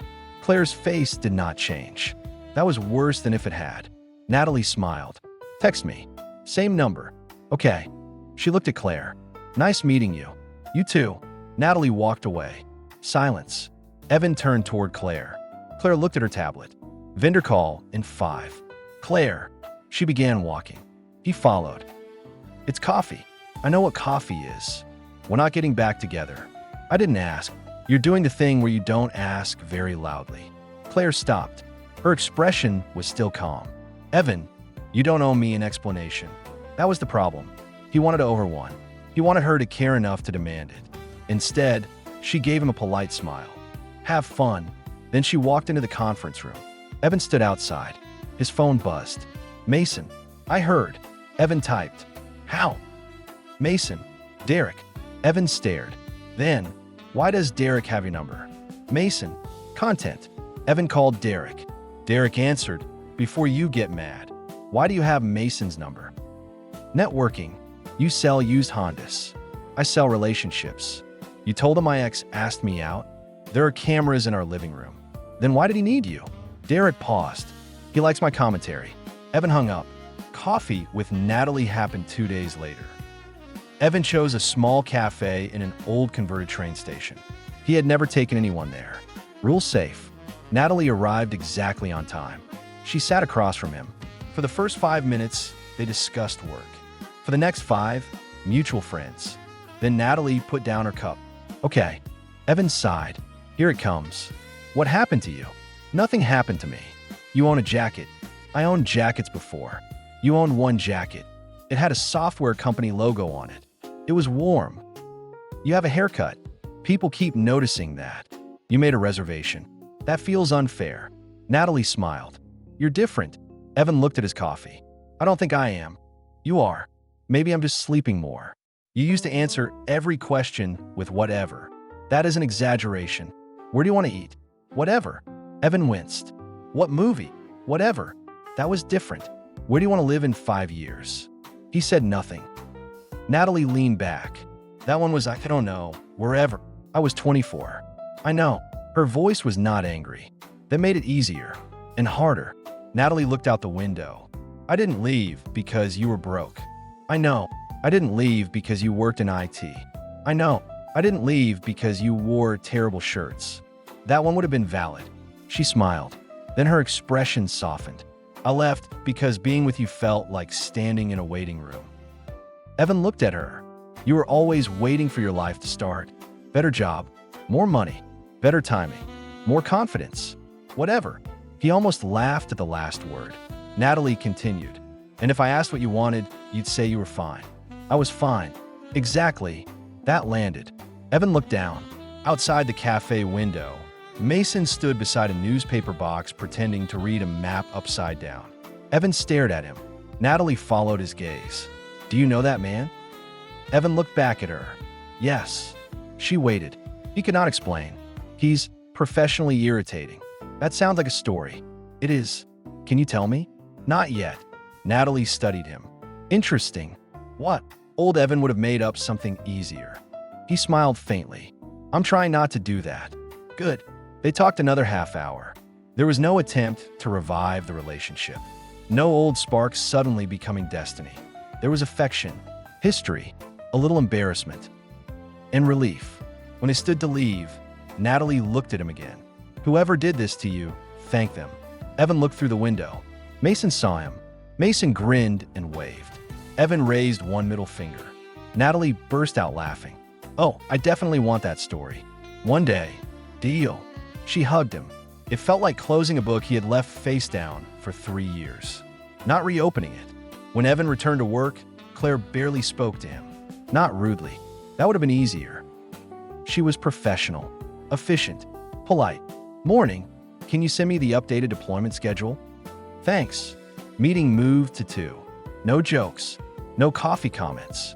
No messages after work. No coward. Evan discovered, with growing irritation, that he missed being insulted. On Tuesday, he fixed a docking station in Claire's office. She stayed focused on her laptop. Thanks. That's it. Claire looked up. What? No comment about my heroic technical skill? You replaced a cable. It was a difficult cable. I'm sure it was. Claire. She looked at him. He had nothing he was allowed to say. That was becoming unbearable. I'll send you the ticket closure. Great. He left. In the hallway, he found Brooke leaning against the wall. Evan stopped. Why are you here? Lunch. With who? Myself. That's allowed. Some of us enjoy our own company. Show off. Brooke looked past him toward Claire's office, then back at Evan. Oh, no. You look miserable. I'm working. You look like someone canceled Christmas. I'm carrying a cable. You're carrying it sadly. Evan walked toward the elevators. Brooke followed. You like her? No comment. That means yes. It means no comment. You really like her. Evan pressed the elevator button. Brooke stepped closer. How bad? Brooke. She moved even closer until there were maybe 6 inches between them. Evan leaned back. What are you doing? Testing a theory. What theory? She lowered her voice. You want me to make her jealous? Evan stepped back so quickly he nearly hit the elevator doors. Absolutely not. Brooke smiled. Good answer. The doors opened. They stepped inside. Evan looked at her. You are a menace. I'm helping. You are conducting experiments on me. Also helping. The elevator descended. Brooke folded her arms. So why haven't you asked Claire out? Evan looked at the floor numbers. I can't. What? He could. Technically. The contract did not forbid him from asking someone else on a date. It only prohibited him from manipulating someone into asking him. But asking Claire out now felt wrong. He was carrying a secret that explained the strangest month of his life. A secret worth $1 million. If Claire said yes, she would be agreeing to date a version of Evan she did not fully understand. And if she asked the wrong question, he might be forced into another verbal escape act. I just can't yet. Brooke studied him. Is this a legal thing? Evan looked at her. Why would you ask that? Because you said can't like a man under federal supervision. It is not federal. Brooke's eyes widened. That was not a reassuring answer. Forget I said anything. Impossible. The elevator opened. Brooke stepped out, then turned. Whatever weird thing you're doing, don't wait too long. Evan frowned. What does that mean? She's not going to stand around forever while you collect dates like loyalty points. I'm not collecting dates. You have a spreadsheet. That is scheduling. That is worse. She walked away. Evan watched her. Then his phone buzzed. A company email notification. Claire Donnelly had been selected for final consideration for a senior project role in New York. Evan read the subject line twice, then opened the message. It was a company-wide internal announcement congratulating 3 candidates. Claire was one of them. His stomach dropped. That evening, he sat on the couch staring at the television without seeing it. Derek sat beside him. What happened? Nothing. You've been watching the dishwasher commercial for 30 seconds. Evan looked at the screen. A smiling family loaded plates into a stainless steel machine. Maybe I'm interested in appliances. You hate appliances. I work with machines. You once called our microwave an electrical liar. It says popcorn takes 2 minutes. It does not. Derek muted the TV. Is this about Claire? Evan turned. Derek smiled slowly. Oh, don't. Oh my God. Derek, you like Claire. Lower your voice. We live alone. There are cameras. Derek looked at the production camera, then waved. Hi, Mason. Evan threw a cushion at him. Derek caught it. This is incredible. It's not incredible. You've been going out with half the city and you like your co-worker. I've not been going out with half the city. Fine. A statistically concerning portion. Evan stared. Derek pointed. You said that before. I stole it. Evan leaned back. She might move to New York. Derek's expression changed. Oh, yeah. So ask her out. I can't. Why? Evan looked at him. Derek waited. Evan could not explain. Finally, Derek said, Colt, good night. Still my leading theory. Day 21 arrived with rain. Mason met Evan under the awning outside Sophie's coffee shop. He handed over the 3rd envelope. Evan opened it. He read the card, then looked at Mason. No. Mason smiled. Contract says yes. The card read, a person you have already dated may ask you out again. If the invitation is clear and genuine, the same rule applies. Evan stared. That was already possible. Correct. Then why make a rule? Because you've been treating completed dates like cleared levels in a video game. I have not. You literally labeled Rachel completed on your calendar. That was task management. Mason laughed. Evan put the card in his pocket. This changes nothing. Sophie opened the coffee shop door. Evan, he turned. She held up 2 breakfast sandwiches. I get off at 2. Want to go get tacos with me later? Just us. My treat. Evan slowly turned back toward Mason. Mason's smile became radiant. Sophie looked between them. What? Evan closed his eyes. Is that a date? Sophie blinked. I mean, sure. We went out before. Why not? Mason made a tiny celebratory fist. Evan opened his eyes. Yes. Sophie smiled. Cool. 3. She went back inside. Evan looked at Mason.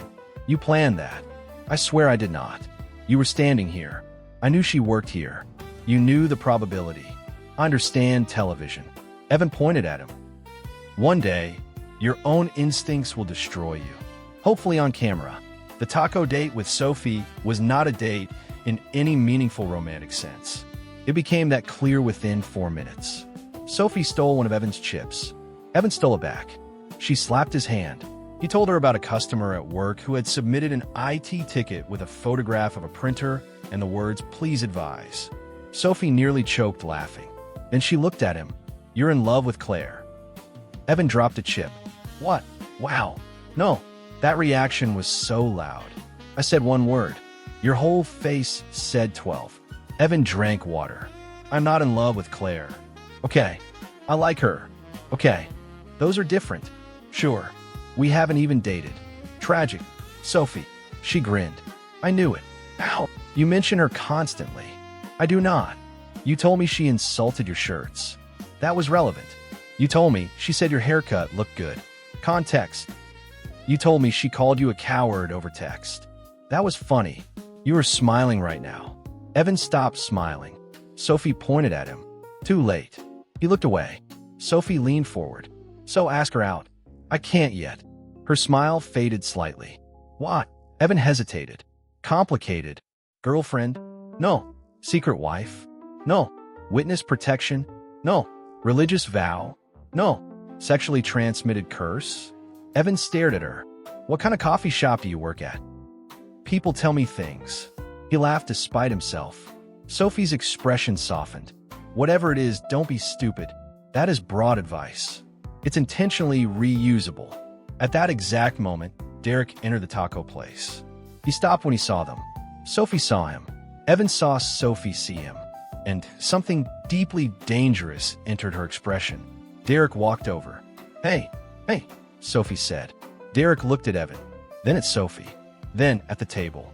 Oh, Evan frowned. What? Nothing. Evan pointed at him. Do not start. I didn't say anything. Sophie smiled at Derek. We're on a date. Derek's face changed. Barely, but enough. Oh, Evan looked at Sophie. Sophie looked delighted. Derek shoved his hands into his jacket pockets. Cool. Very romantic, Sophie added. Evan stared at her. She kicked him under the table. Hard. He understood. Oh no. Derek liked Sophie. This month was becoming a spreadsheet of emotional liabilities. Derek nodded. Nice. Sophie tilted her head. You okay? Yeah. You look weird. I always look like this. No. Usually you look louder. Evan covered his mouth to hide a smile. Derek noticed. Why are you smiling? I'm not. You are. Sophie said, sit down. Derek hesitated. I don't want to interrupt. You're not. But you said this was a date. Sophie looked at Evan. Evan looked at her. Then she said, it's going badly. Derek's face brightened before he could stop it. Evan pointed. There. Derek frowned. What? That? What? Sophie started laughing. Derek looked between them. You two are awful. Sophie moved her bag off the chair. Seat. Derek sat. For the next 40 minutes, Sophie flirted with Derek just enough to make him forget how his sentences worked. Evan watched with the peaceful satisfaction of a man witnessing someone else enter a trap. When Sophie went to the restroom, Derek leaned across the table. What is happening? Evan took a bite of taco. Life. Do not use my own confusion against me. I started saying yes. I hate that phrase now. You should buy a shirt. I bought a shirt. Conditioner? Shut up. Sophie returned. Derek sat straight. Evan smiled. For once, The challenge was somebody else's problem. 2 days later, Brooke texted him at noon. Pool party Saturday. Then, we're less. Evan stared at the message. Another arrived. You're overdressed as a personality. Evan typed. That sentence is a hate crime against shirts. Brooke, swim trunks. Bring sunscreen. Then, unless you want me to do your back. Evan stared. Brooke, relax. Mercer. That was flirting. You're supposed to recognize it by now. Evan, I recognize threats. Brooke, 2 p.m. Evan, is this a date? Brooke, group party. Friends, you are safe. Evan, those words have lost meaning. Saturday was warm, bright, and dangerous. The party was at the rooftop pool of an apartment building owned by one of Brooke's clients. There were maybe 20 people. Music, food, a grill, 2 inflatable flamingos. No formal date. No heathen contractual danger. Probably. Evan arrived in swim trunks, a t-shirt, and sunglasses. Brooke saw him. She walked over in a black one-piece swimsuit and an open white shirt. She looked at his t-shirt. I said wear less. I'm wearing fewer pants than usual. That is technically true. I'm learning from lawyers.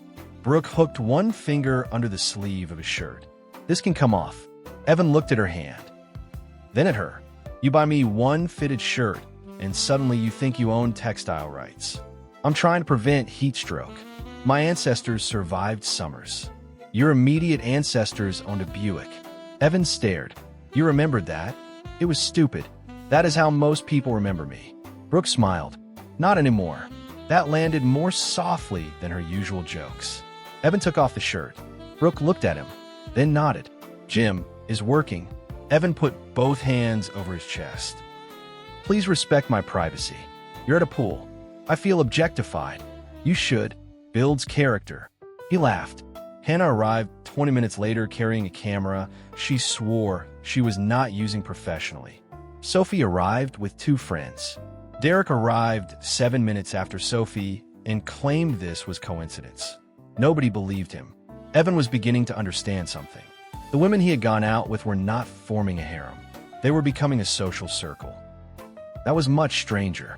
Sophie had already decided Derek was entertaining. Brooke and Hannah knew each other. Hannah liked Sophie within minutes. Evan grilled burgers badly enough that 3 people took the spatula away from him. He got thrown into the pool after claiming he could not be thrown into the pool. He emerged coughing and offended. Brooke stood at the edge. You okay? No, you're alive. Against my wishes. She crouched. Need help. Evan reached for her hand, then pulled. Brooke hit the water with a shout. She surfaced. Her blonde hair was plastered back. She stared at him. Evan immediately began swimming away. You're dead. Consent to revenge is not implied. You pull me into a pool. That was a historical event. Brooke swam after him. Evan escaped by climbing out on the opposite side. Hannah was laughing. Sophie was filming. Derek shouted, "Run." Evan ran. He nearly collided with someone coming through the rooftop door. Claire. He stopped so fast his wet feet slipped. Claire caught his arm. Whoa. Evan regained balance. For 1 second, they were very close. Claire looked at him, then at his bare chest, then back at his face. Evan became painfully aware that he was dripping pool water onto her sandals. E. Claire blinked. E. Behind him, Brooke climbed out of the pool. Mercer, you coward. Claire looked past him. Of course. Evan stepped away. What are you doing here? Claire held up a bottle of wine. Olivia invited me. Her sister knows Hannah. Hannah is Olivia's sister. Claire frowned. What? Evan realized. He had never connected the last name. Grant. Hannah Grant. Olivia Grant. He looked toward Hannah. Hannah waved. Oh. Claire smiled. Apparently your dating network has merged with corporate legal. Evan covered his face. Please never call it my dating network. What should I call it? An administrative failure. Brooke walked over, water dripping from her hair. She looked at Claire, then Evan, then smiled. Evan saw it. No. Brooke's smile widened. Claire, right? Claire nodded. Brooke. They shook hands. Brooke looked at Evan. You didn't tell me she was pretty. Evan's brain shut down. Claire's eyebrows rose. Brooke continued before he could speak. He only said you were terrifying. I did not say terrifying. You said she makes you spill coffee. That is different. Claire looked at Evan. Does she? Brooke asked. Apparently. Evan pointed toward the pool. I'm going back in there voluntarily. Brooke caught his wrist. No, you're not.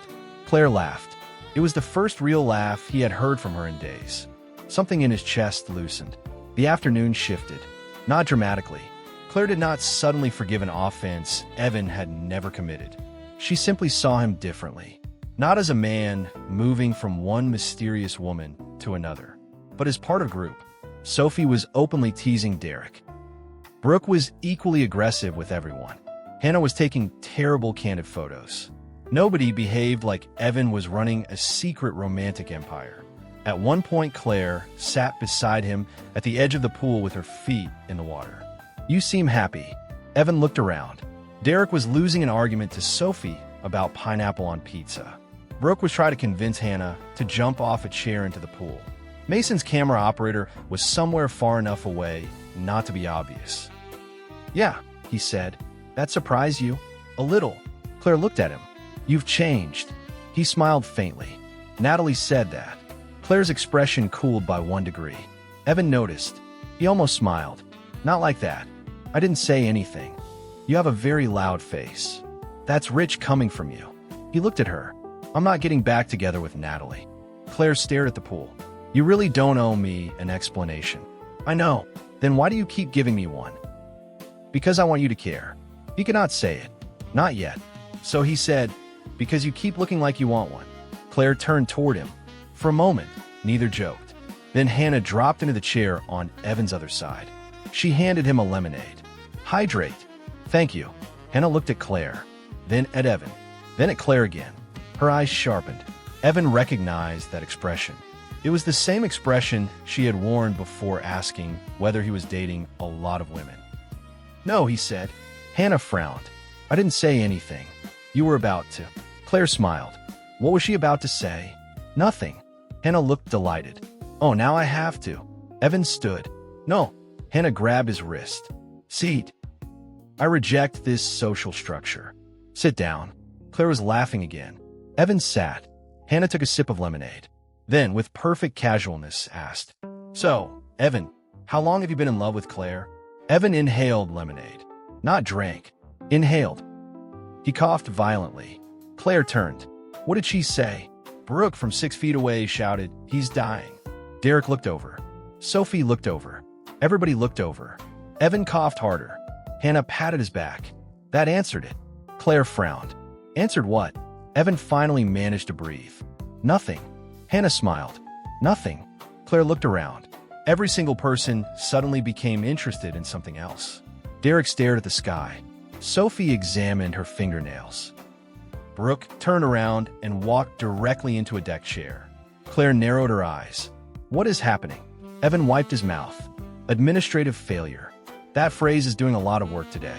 You have no idea. Claire looked at Hannah. Hannah smiled innocently. Then Claire looked at Evan. He could feel heat in his face. Claire's expression changed. Not certainty. Not yet. But something had shifted. She stood. I'm getting another drink. I'll come with you. The words left Evan before he thought about them. Claire paused, then smiled slightly. Okay. They walked toward the drinks table. Behind them, Hannah whispered loudly. Subtle. Evan raised one hand without turning around and gave her the middle finger. Claire saw it. She laughed. At the table, Claire poured sparkling water into a cup. Evan stood beside her. For a moment, the noise of the party felt farther away. Claire looked at him. Can I ask you something? Evan's body went rigid. She noticed. There. That. What? You do that every time a woman says she wants to ask you something. I don't. You absolutely do. Occupational stress. You work in IT. Exactly. Claire smiled. Then she looked down at her cup. Are you happy? The question caught him off guard. What? With whatever this is. She gestured vaguely toward the pool, the people, maybe the last 3 weeks. Evan thought about it. He could answer honestly. Yes. Claire nodded. Good. But it's not what it looks like. She looked at him. What does it look like? Like I suddenly decided to date every woman within a 10-mile radius. Claire smiled. That radius might be conservative. I walked into that. You did. He leaned against the table. I'm not trying to become that guy. What guy? The guy who needs everybody to think he has options. Claire's expression softened. I don't think that. You did. For a minute. What changed? She looked toward the pool. Sophie had pushed Derek in. Derek surfaced, shouting betrayal. Brooke was applauding. Hannah was taking pictures. Claire smiled. I met your options. Evan laughed. That sounded insulting to all of us. You know what I mean? He did. The tension between them had not disappeared, but the wall was lower. That was enough for now. Claire's phone buzzed on the table. She looked at the screen. Her smile faded slightly. Evan noticed. Everything okay? She turned the phone face down. Yeah. What was it? Work. That sounded suspiciously like nothing. Claire looked at him. He waited. Finally, she said, New York. Evan's stomach tightened. The job. I made the final round. That's good. Yeah. He smiled because he meant it. Claire was good at what she did. Better than good. She deserved the opportunity. But the thought of her leaving felt like someone had moved the floor 6 inches lower without warning. When do you know? Soon. Evan nodded. Claire studied him. You okay? Yeah. You said that weird. I say most things weird. She smiled. Fair. Brooke shouted from the pool. Evan, get over here. Derek claims he can do a backflip. Evan looked toward Derek. Derek shouted. I said I used TO. Sophie yelled, coward. Evan looked back at Claire. She was laughing. He wanted to tell her. Everything. The contract. The $1 million. Why he kept saying yes. Why he had panicked in the elevator. Why he had sounded like a deranged romantic philosopher every time someone asked why he agreed to a date. Why Natalie meant nothing. Why Claire's opinion meant too much. Instead, he had 7 days left before he could tell the truth. 7 days suddenly felt enormous. Claire nudged his arm. Go save your roommate. From what? His own confidence. That is a full-time job. They walked back toward the pool together. Behind a planter near the far wall, Mason lowered a camera monitor and looked at one of his producers. The producer whispered, This is getting good. Mason smiled. Very. Across the rooftop, Evan caught sight of him. Their eyes met. Mason lifted 7 fingers. 7 days. Evan looked at Claire, then back at Mason. For the first time since signing the contract, the money was not the thing he was counting down to. It was the truth. The next Monday began with a corporate happy hour. Evan considered this proof that the universe had stopped pretending to be fair. Westbridge had rented the back room of a restaurant 2 blocks from the office. There were name tags, tiny appetizers, 2 drink tickets per employee, and at least 40 people who knew Evan just well enough to ask dangerous questions. He stood beside Derek near the bar. Derek was not a Westbridge employee. He had invited himself. You cannot just attend my company event. Derek adjusted his jacket. I'm networking. With who? People. You sell cars. People buy cars. That is not networking. That is hunting. Derek looked across the room.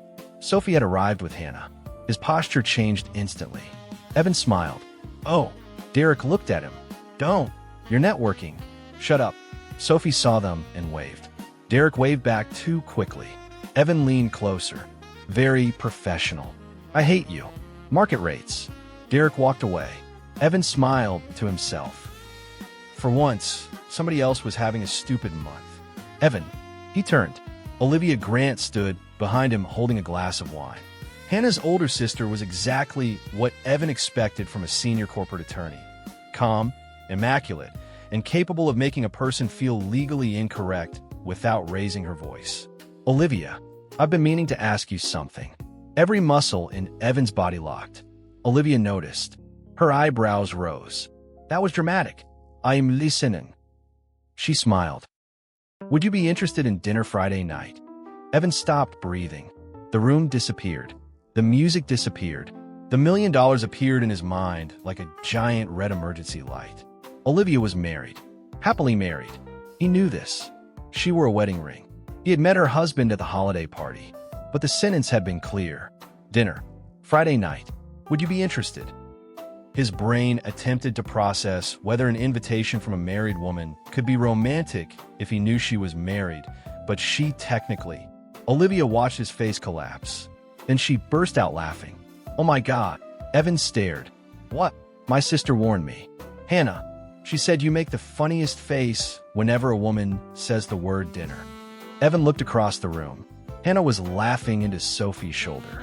You people are monsters. Olivia lifted a hand. I'm asking for my sister. Evan blinked. What?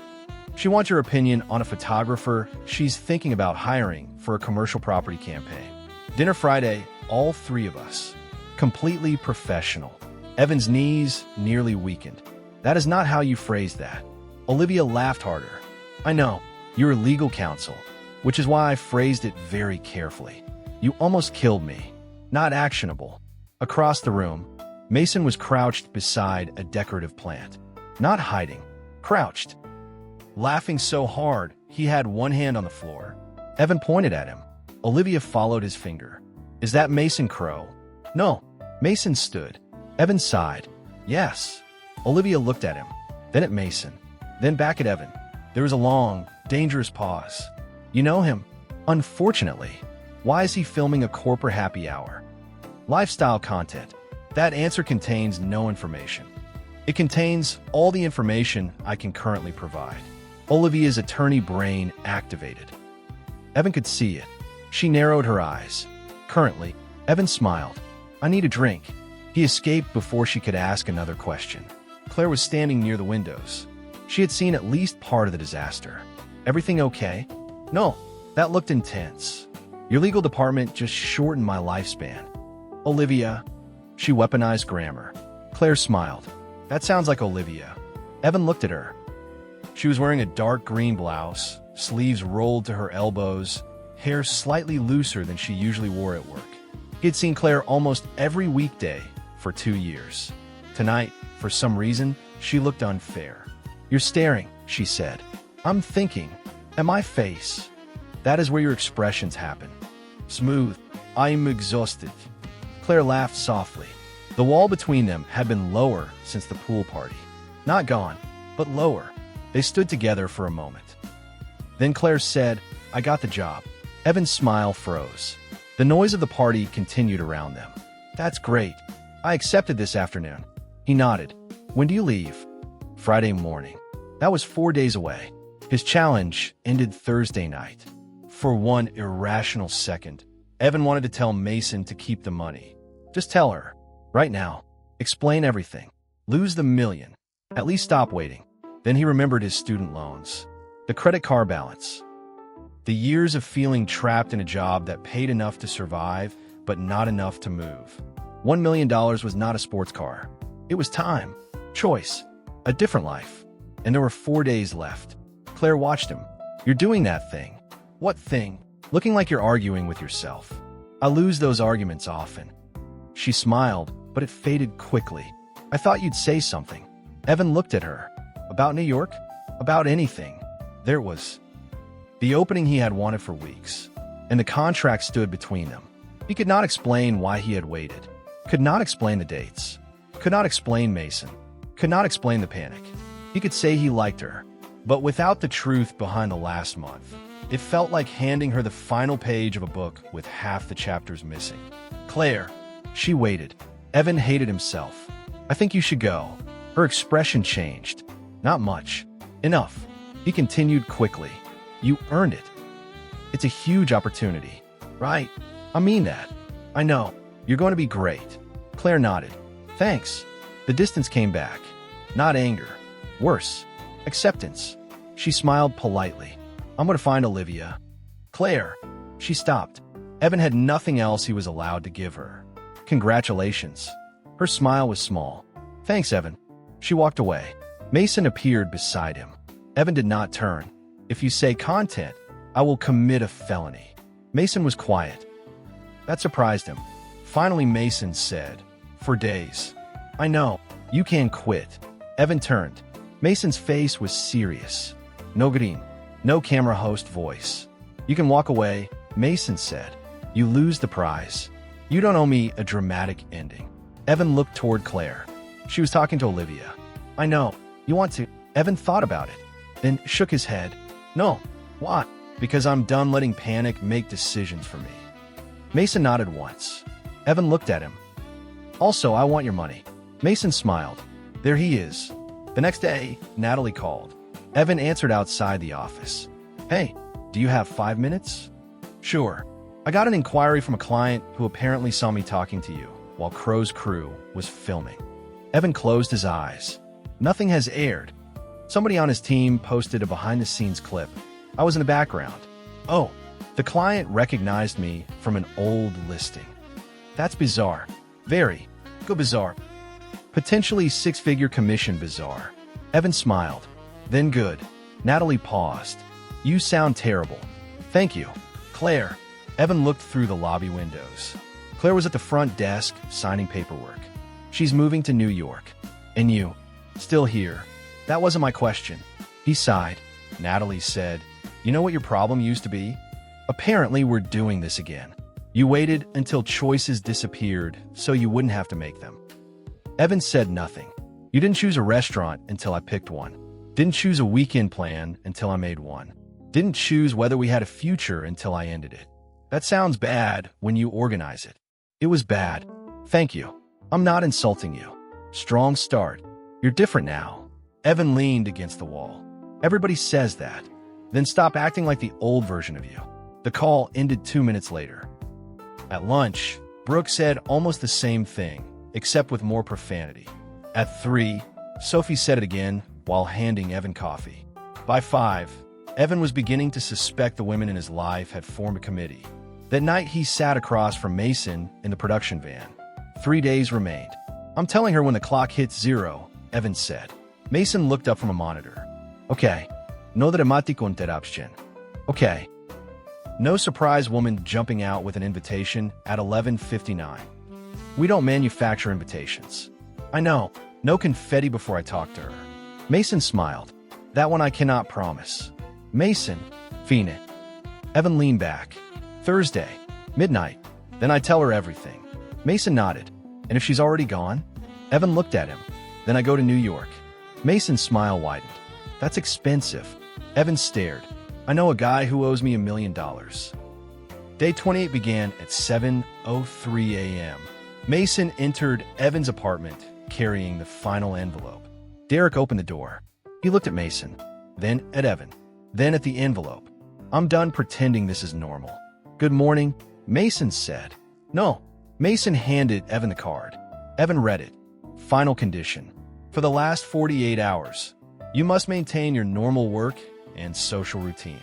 You may not hide, isolate yourself, take unnecessary leave, or deliberately avoid ordinary interactions. Evan looked up. This is targeted harassment. It was written before you signed. It knew me. Derek leaned over. What does it say? Evan covered the card. Production schedule. Derek stared at him. You have said production schedule enough times that I now believe you're either in a reality show or organized crime. Evan and Mason both went still. Derek looked between them. His eyes widened. No. Evan pointed toward the kitchen. Breakfast. Evan. Eggs. Are you on a reality show? Mason looked at Evan. Evan looked at Mason. Derek shouted. Why are you looking at each other? Evan walked into the kitchen. Derek followed. I knew it. You know nothing. I know cameras have been in my apartment for a month. You signed releases. For $200. You negotiated badly. I thought you were filming lifestyle content. Mason called from the living room. Technically true. Derek pointed. See, Evan made coffee. The final 48 hours immediately became psychological warfare. At work, a woman near reception said, Excuse me? Evan turned. Yes. She blinked. I was going to ask if you know what time it is. Evan looked at his watch. 4:30. You said yes before I asked. I'm tired. At lunch, a waitress said, Would you like? Yes. Fries or salad? Yes. She stared. Evan rubbed his face. Fries. Derek, who had somehow joined him again, whispered, You need medical help. I need Thursday. A woman at the pharmacy asked if he wanted to join the rewards program. Yes. A woman from HR asked whether he would like to review his benefits enrollment. Yes. A woman holding a clipboard outside a grocery store asked if he wanted to hear about local recycling initiatives. Yes. Mason filmed from 20 feet away. By sunset, Evan had joined 2 mailing lists, volunteered to review his dental plan, learned 3 facts about municipal composting, and nearly agreed to donate blood before realizing he had donated 2 weeks earlier. Derek watched him from the passenger seat on the drive home. "You're cursed." "I'm not cursed. You say yes to women before they finish sentences." "Temporary condition." "Condition?" Evan stared straight ahead. Derek leaned closer. "What condition?" "Fatigue." "That is not what you meant." "Seatbelt." "I'm wearing it." "Tighter." Derek stared at him, then slowly said, "Cult." Evan laughed. "I almost respect your commitment." Thursday arrived. The final day. Evan woke before his alarm. For 30 seconds, he did not know why his heart was racing. Then he saw the countdown app Mason had installed on the production phone. 16 hours, 2 minutes, and 11 seconds. 16 hours, 2 minutes, 11 seconds, $1 million. And Claire left for New York the next morning. At work, Evan avoided nothing. He attended the team meeting. He fixed a network switch. He ate lunch in the cafeteria. He spoke to people. He did not cross streets when women smiled. Mostly.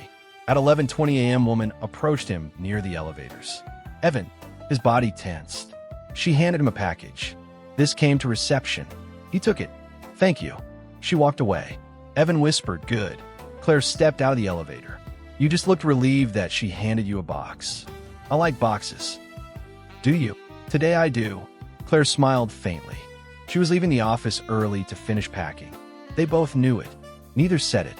Finally, she held up her access badge. "Last day with this one." Evan looked at it. New York badge probably has better graphics. "Definitely. East Coast pixels. Premium." Claire smiled. Then the smile faded. "I'm leaving around 3. Evan checked the clock. 11:23. 12 hours and 37 minutes until midnight. Too long. Claire noticed him looking. "You have somewhere to be?" "No." "Okay." He wanted to say wait. Instead he said, "I'll see you before you go." Claire nodded. "Sure." She walked away. At 2:55, Evan went to her office. It was empty. His stomach dropped. He checked his phone. A message from Claire. "Got pulled into HR downstairs. Didn't want to interrupt you. I'll text you before I leave town." Evan stared. "No." Mason appeared at the end of the hallway. Evan held up the phone. "She left." "Not town. The office." "Correct. I was supposed to see her." "You can call her." "And say what?" Mason did not answer. Evan looked at the countdown. 9 hours, 4 minutes, and 18 seconds. He could not tell her yet. He went home. Derek was there. Sophie was there too. That was suspicious. "Why are you here?" Evan asked. Sophie held up pizza. "Dinner." Derek said, "Normal social routine." Evan stared at him. "What?" Derek froze. Sophie looked at Derek. Evan looked at Mason, who had just entered behind him. Mason looked at the ceiling. Derek said, "I guessed. You said the exact phrase. I heard camera people talking. You've been spying on the production team?" "They're in my apartment." "Fair." Evan looked around. There were more equipment cases than usual. A camera had been mounted near the kitchen, another near the living room. "What is this?" Mason smiled. "Final night. You promised no manufactured trap. No trap." "Why are there 6 cameras?" "Because you might win $1 million. Might." Mason pointed at him. "Stay humble." At 8, Brooke arrived. At 8:15, Hannah arrived. At 8:20, Olivia arrived with her husband. At 8:30, Natalie arrived carrying champagne. Evan stared at the room. "What is happening?" Mason smiled. "Normal social routine." "This is not my normal social routine." "It is now." Evan looked at Natalie. "You live 40 minutes away." She held up the bottle. "I heard there was something happening." "From who?" She pointed at Mason. Evan turned. "You told them." "Not the challenge." "What did you tell them?" "That you were having a very important night." Brooke walked past Evan. He also said there would be free food. "Traitor, I came for you." The food helped. Derek watched everyone. His suspicion was becoming physical. He cornered Evan near the kitchen. "What happens at midnight?" "Nothing. You are a terrible liar." "I am currently contractually discouraged from lying." Derek's eyes widened. "What?" Evan walked away. "Evan." At 10:45, his phone buzzed. "Claire." You awake? Evan stared. He typed, "Yes. Claire, can I stop by?" Every person in the room watched him. Evan slowly looked up. Mason's face changed. "What?" Evan held up the phone. Mason read it. For once, Mason Crow stopped smiling. "Is she asking for a date?" "No." "Then answer normally." Evan typed, "Sure. Claire, 10 minutes." Evan looked around the apartment. "No." Brooke smiled. "Oh, this is going to be incredible. You all need to leave." Nobody moved. "Out." Sophie grabbed Derek's sleeve. "Come on." Derek resisted. "No, I have waited a month for an explanation. You'll get one. When?" Evan looked at the countdown. 1 hour, 4 minutes, and 31 seconds. Soon, Derek's eyes narrowed. Mason began moving people toward the bedroom, hallway, and kitchen. Evan stared. "You are not hiding 12 people in my apartment." 8. "That is not better. We need witnesses." "To what?" "Hopefully history." Claire knocked at 10:58. The apartment became silent. Evan opened the door. Claire stood there in jeans, sneakers, and a light jacket. No office clothes. No laptop. Just Claire. For some reason, that made him more nervous than any date he had been on all month. Hey. She looked past him. "Am I interrupting something?" From the kitchen, something fell. Brooke whispered, "Sorry." Claire frowned. Evan closed his eyes. "People are here. Party. Sort of. I can go." "No." The word came too fast. Claire looked at him. Evan stepped aside. "Come in." She entered. Mason had managed to move most people out of sight, but the apartment looked like a television studio pretending not to be a television studio. Claire saw the cameras. Then Mason. Her eyes narrowed. "Mason Crow." Mason gave a small wave. "E." Claire looked at Evan. "You said he was filming lifestyle content." Evan rubbed his face. "He is." "What lifestyle?" "Mine." "That is not reassuring." "I know." Claire stared at him. Then she laughed once. "I came here because I was tired of leaving things weird." Evan looked at the countdown. 57:12. 57 minutes. He could survive 57 minutes. Probably. Claire sat on the couch. Evan sat across from her. Mason moved backward. The cameras stayed. Claire noticed. "Are we being filmed?" Evan looked at Mason. Mason said, "Only if you consent." Claire considered him. "Can I ask why?" Mason smiled. "No." Evan said, "You can say no." Claire looked at Evan, then at the cameras, then back. "Fine." Mason nodded to the crew. A red light came on. Claire folded her arms. "This is the strangest goodbye I've ever had." Evan swallowed. "You said sorry a lot this month. I've needed it." Claire looked at him for a moment. Then she said, "I liked you before all this." Evan stopped breathing. From the hallway, someone made a tiny choking noise. Probably Derek. Claire glanced toward it. Evan said quickly, "Ignore that." "Is somebody hiding in your bedroom?" "Several people." Claire stared. "What?" "I will explain." "When?" Evan checked the countdown. 52:44. Claire saw. "There. You keep checking the time." "I know." "What?" "I can't tell you." She laughed, but there was no humor in it. "Of course." "Claire." "No, it's fine." "It's not. I came here because I thought maybe I had imagined the whole thing." "What thing?" "You." Evan stared. Claire continued. "The coffee. The texts. The way you look at me and then immediately say something stupid. That is a medical condition." She smiled despite herself. "And then suddenly you're dating everyone. Your ex shows up. There are cameras. Mason Crow is apparently living in your walls." Mason quietly said, "Not literally." Claire looked at him. "Not helping." Mason nodded. "Fair." She turned back to Evan. "I thought maybe you liked me." "Edo."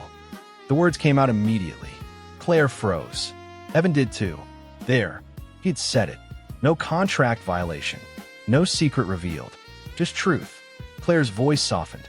"Then why didn't you do anything?" Evan looked at the clock. 46:03. "Because I need 46 minutes." Claire stared. "What? 46 minutes? To do what?" "Tell you everything." "You can't tell me now?" "No." "What?" "I can't tell you why I can't tell you." Claire stood. Evan stood too. "This is insane." "I know. You keep saying that." Because it keeps being true. She grabbed her jacket. Claire, please. She stopped. He looked at the countdown. 45:17. Give me 45 minutes. She stared at him. I have a flight tomorrow. I know. I have to leave here by midnight. I know. And you want me to sit here for 45 minutes so you can explain why you need 45 minutes? Yes. Claire laughed in disbelief. You realize how stupid that sounds. I spent 30 days sounding stupid. Why 30 days? Evan froze. Claire caught it. Her eyes narrowed. 30 days. Mason looked at the floor. Evan said nothing. Claire looked at the cameras. Then Mason. Then Evan. Something clicked, but not enough. Oh my God. Evan's heart stopped. Claire pointed at Mason. This is one of his challenges. Nobody moved.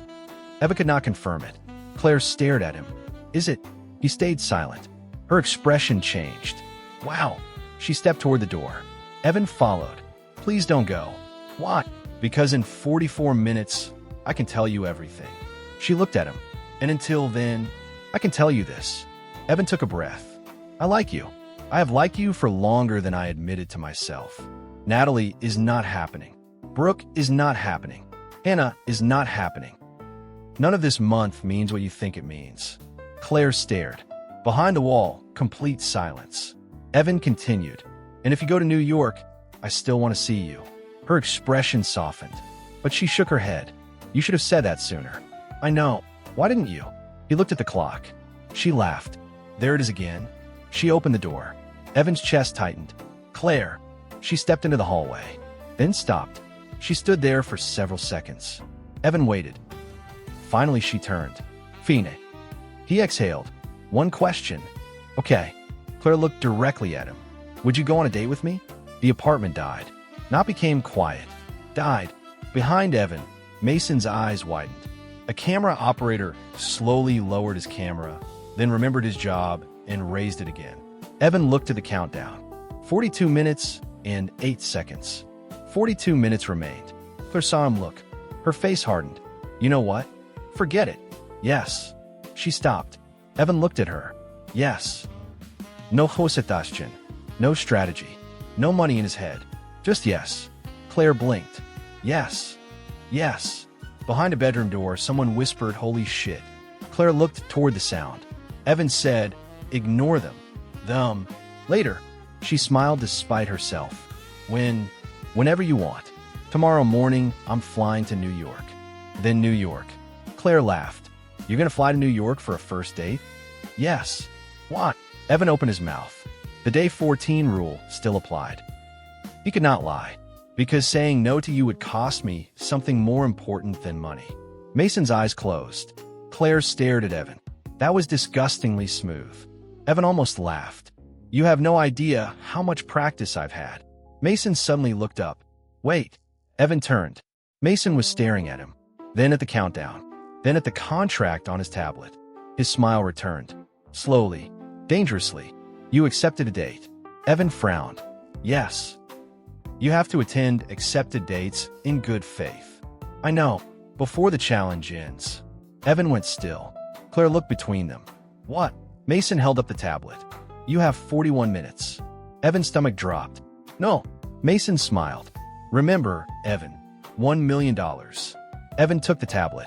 He read the clause. Accepted invitations must be honored in good faith in accordance with the participant's reasonably available schedule. He read it again, then looked at Mason. You said before the challenge ends. Mason's smile faded slightly. Evan scrolled. There was no such sentence. He looked at the definitions, then the compliance section, then the scheduling section. Mason stepped closer. What? Evan's heartbeat changed. Not panic. Recognition. He knew this feeling. It was the same feeling he got when somebody insisted a system could not do something, and Evan found the setting they had missed. He looked at Claire. What time is your flight? 8:10. When are you free in New York? Claire stared. What? Tomorrow night? I mean, yes. Evan turned to Mason. The invitation happened during the challenge. Yes. I accepted during the challenge. Yes. The contract says I have to honor it in good faith, according to a reasonably available schedule. Mason stopped smiling. Evan held up the tablet. It does not say the date itself has to happen before midnight. Silence. Mason took the tablet. He read, scrolled. Read again. Evan smiled. Oh. Mason looked at one of his producers. Call legal.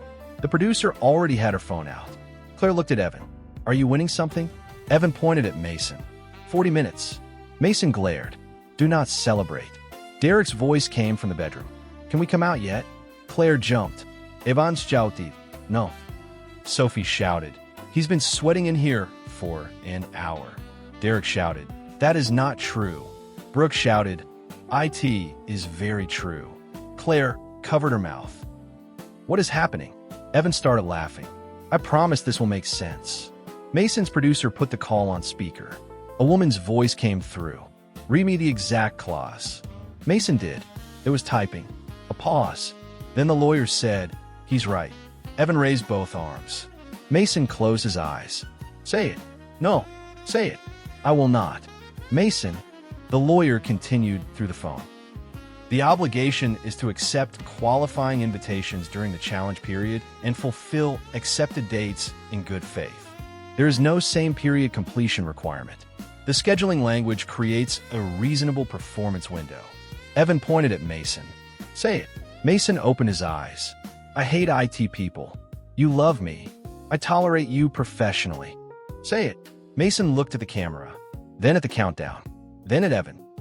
Assuming you commit no other violation before midnight, the New York date is valid. Evan smiled. Claire stared. Valid for what? The countdown hit 10 seconds. Mason looked at her. 10. Claire looked at Evan. 9. Evan's smile widened. 8. The bedroom door opened. Everybody spilled into the living room. 7. Derek saw Claire. Claire saw Derek. 6. Sophie was laughing. Brooke had her phone out. Natalie held the champagne. 5. Claire looked around. What the hell? 4. Evan looked at her. 3. Mason looked at the timer. 2. 1. Midnight. A confetti cannon exploded. Claire screamed. Derek screamed louder. Evan flinched so hard he nearly fell over the coffee table. Gold paper filled the room. Mason raised both arms. 30 days. Derek shouted. What the hell is happening? Mason pointed at Evan. Evan Mercer has officially completed the Yes Day challenge. Claire stared. Derek stared. Sophie stared. Brooke began laughing before anyone explained anything. Mason continued. For 30 days, Evan was required to accept every clear, sincere, one-on-one romantic date invitation from an adult woman. Derek's mouth fell open. Mason held up one finger. He could not reveal the challenge. Derek slowly turned toward Evan. You, wait. Mason held up a second finger. He had to continue normal life. A third. He could not manipulate anyone into asking him out. A fourth. Every 7 days, new restrictions activated. Claire's eyes widened. The dates. Evan nodded. The dates. The weird answers. Day 14. You crossing the street. Fear. The cameras. Mason. The coffee. That one was you. Claire stared. Then she started laughing. Not a polite laugh. Not a small laugh. She bent forward, one hand over her face. Evan watched her. Relief hit him so hard his knees felt weak. Claire looked up. So, you weren't secretly dating half the city? Evan considered it. Technically, I was publicly dating a statistically concerning portion of it. Claire laughed harder. Derek pointed at Evan. You had to say yes? Yes. For a month. Yes. To any woman who asked you on a real date? Yes. Derek turned slowly toward Mason. How much? Mason smiled. $1 million. Derek became completely still. Then he pointed at himself. Why didn't you ask me? The room exploded. Sophie doubled over laughing. Mason said, you were not eligible. I could have been emotionally available. You spent 3 weeks thinking he joined cult. I was supportive. You interrogated me under a kitchen light. Evan said. That was friendship. Natalie opened the champagne. The cork hit the ceiling. Brooke raised a glass. To Evan. Evan smiled. Brooke added, the only man I know who became more attractive through fear. Thank you. You still owe me squats for life. I would rather return the money. Claire looked at Mason. He actually gets $1 million. Mason nodded. Wire transfer begins tomorrow after final compliance review. Evan looked at him. After what? Standard process. You have had 30 days. I enjoy making you nervous. Evan pointed. This is why people hate influencers. Mason smiled. People love me. Olivia stepped forward. Now that she knew the challenge, every strange sentence from the last month had reorganized itself in her head. She looked at Evan. You said you were contractually discouraged from lying. Evan nodded. Olivia slowly smiled. I knew there was a contract. You almost found it. You should have hired counsel. I had no money. You do now. Derek shouted. $1 million. Sophie patted his shoulder. Yes, Derek. $1 million. Yes. He got paid to go on dates. Correct. Derek looked at Evan with genuine pain. I've been doing life wrong. The party lasted until nearly 2. Claire stayed. That mattered more to Evan than the champagne. More than the cameras. Almost more than the million. At one point, they stood on the small apartment balcony while everyone else argued inside about which moment had been the funniest. Claire leaned on the railing. So, you could have quit. Yes. And told me. Yes. Why didn't you? Evan thought about it. Because the old version of me would have used you as an excuse. Claire looked at him. I would have said, I had to quit because of Claire. Then if things didn't work out, I could blame the choice on the situation. She was quiet. Evan continued. I wanted to finish something I chose. Then choose you without pretending one decision caused the other. Claire smiled faintly. That is annoyingly mature. I've had a difficult month. You dated a lot of attractive women. I suffered. Heroically. Thank you. She looked through the glass door at the party, then back at him. So, tomorrow night. New York. You're serious? I already said yes. You can say no now. Evan smiled. I know. Claire stepped closer. Good. Then she kissed his cheek. Quick. Warm. Entirely her choice. Evan froze. Claire smiled. Still nervous? Yes. Good. She went back inside. Evan stood on the balcony for 5 seconds. Brooke opened the door. Did she kiss you? No. Brooke looked at his face. You are a terrible liar. The contract ended. Your face didn't. She closed the door again. Evan laughed. The money arrived the following afternoon. $1 million. Evan stared at the banking app, then refreshed it. Still there. He refreshed again. Derek leaned over his shoulder. Stop. I am checking. It's not going to evaporate. You don't know that. It's a bank account. Banks have failed. Not in 4 seconds. Evan refreshed again. Derek slapped the phone out of his hand onto the couch. You're rich. No, you have $1 million. Before taxes. Derek looked disgusted. Never say before taxes while I'm trying to celebrate. Evan did not buy a Lamborghini. This disappointed Derek. He paid off his student loans. He cleared his credit card debt. He put money aside for taxes. He built an emergency fund large enough that the phrase emergency fund stopped sounding theoretical. Then he stared at the remaining number. For the first time in his adult life, money was not immediately telling him what he could not do. 3 weeks later, he resigned from Westbridge. Not dramatically. No speech. Not even. His manager looked genuinely disappointed. We were planning to move you into senior infrastructure. Evan smiled. 6 months ago, I would have stayed for that. What changed? Evan thought about 30 days of saying yes. I did. He began building a small independent IT consulting business. Nothing glamorous. Network installations, office systems, security upgrades, support contracts. But the clients were his. The schedule was his. The choices were his. Mason's video went live 2 weeks after the challenge ended. The title was, I paid him $1 million to say yes to every date for 30 days. It became the biggest video on impossible money that year. The restaurant kitchen clip became a meme. Evan's line about emotionally hostile chairs appeared on shirts without his permission until Mason's lawyers fixed it. The compilation of Evan accidentally sounding romantic passed 10 million views by itself. Natalie's real estate business got flooded with inquiries after viewers decided she was the emotionally mature ex. Brooke's gym booked out beginner sessions for 3 months. She sent Evan a screenshot. Look what you did. Evan replied. Do I get commission? Brooke, you get squats. Evan, I'm blocking you. Brooke, you said that to Mason too. Un agent photographie client. Olivia received enough messages asking whether she was really married that her husband changed his social media bio to yes, very. Derek became a minor fan favorite despite having no idea what the challenge was for almost the entire video. His "was it porn?" line became the second most replayed moment. He was unbearably proud. Sophie was less impressed, mostly because she and Derek had started dating. Their first official date happened 4 days after the challenge ended. Derek learned, halfway through dinner, that Sophie had technically dated Evan first. He became silent. Sophie waited.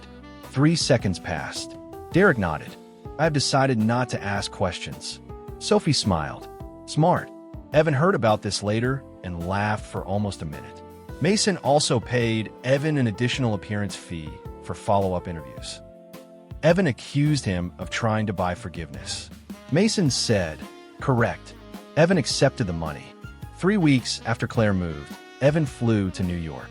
No production crew. No countdown. No hidden rules. No $1 million at stake. He met Claire outside a small bookstore in Manhattan.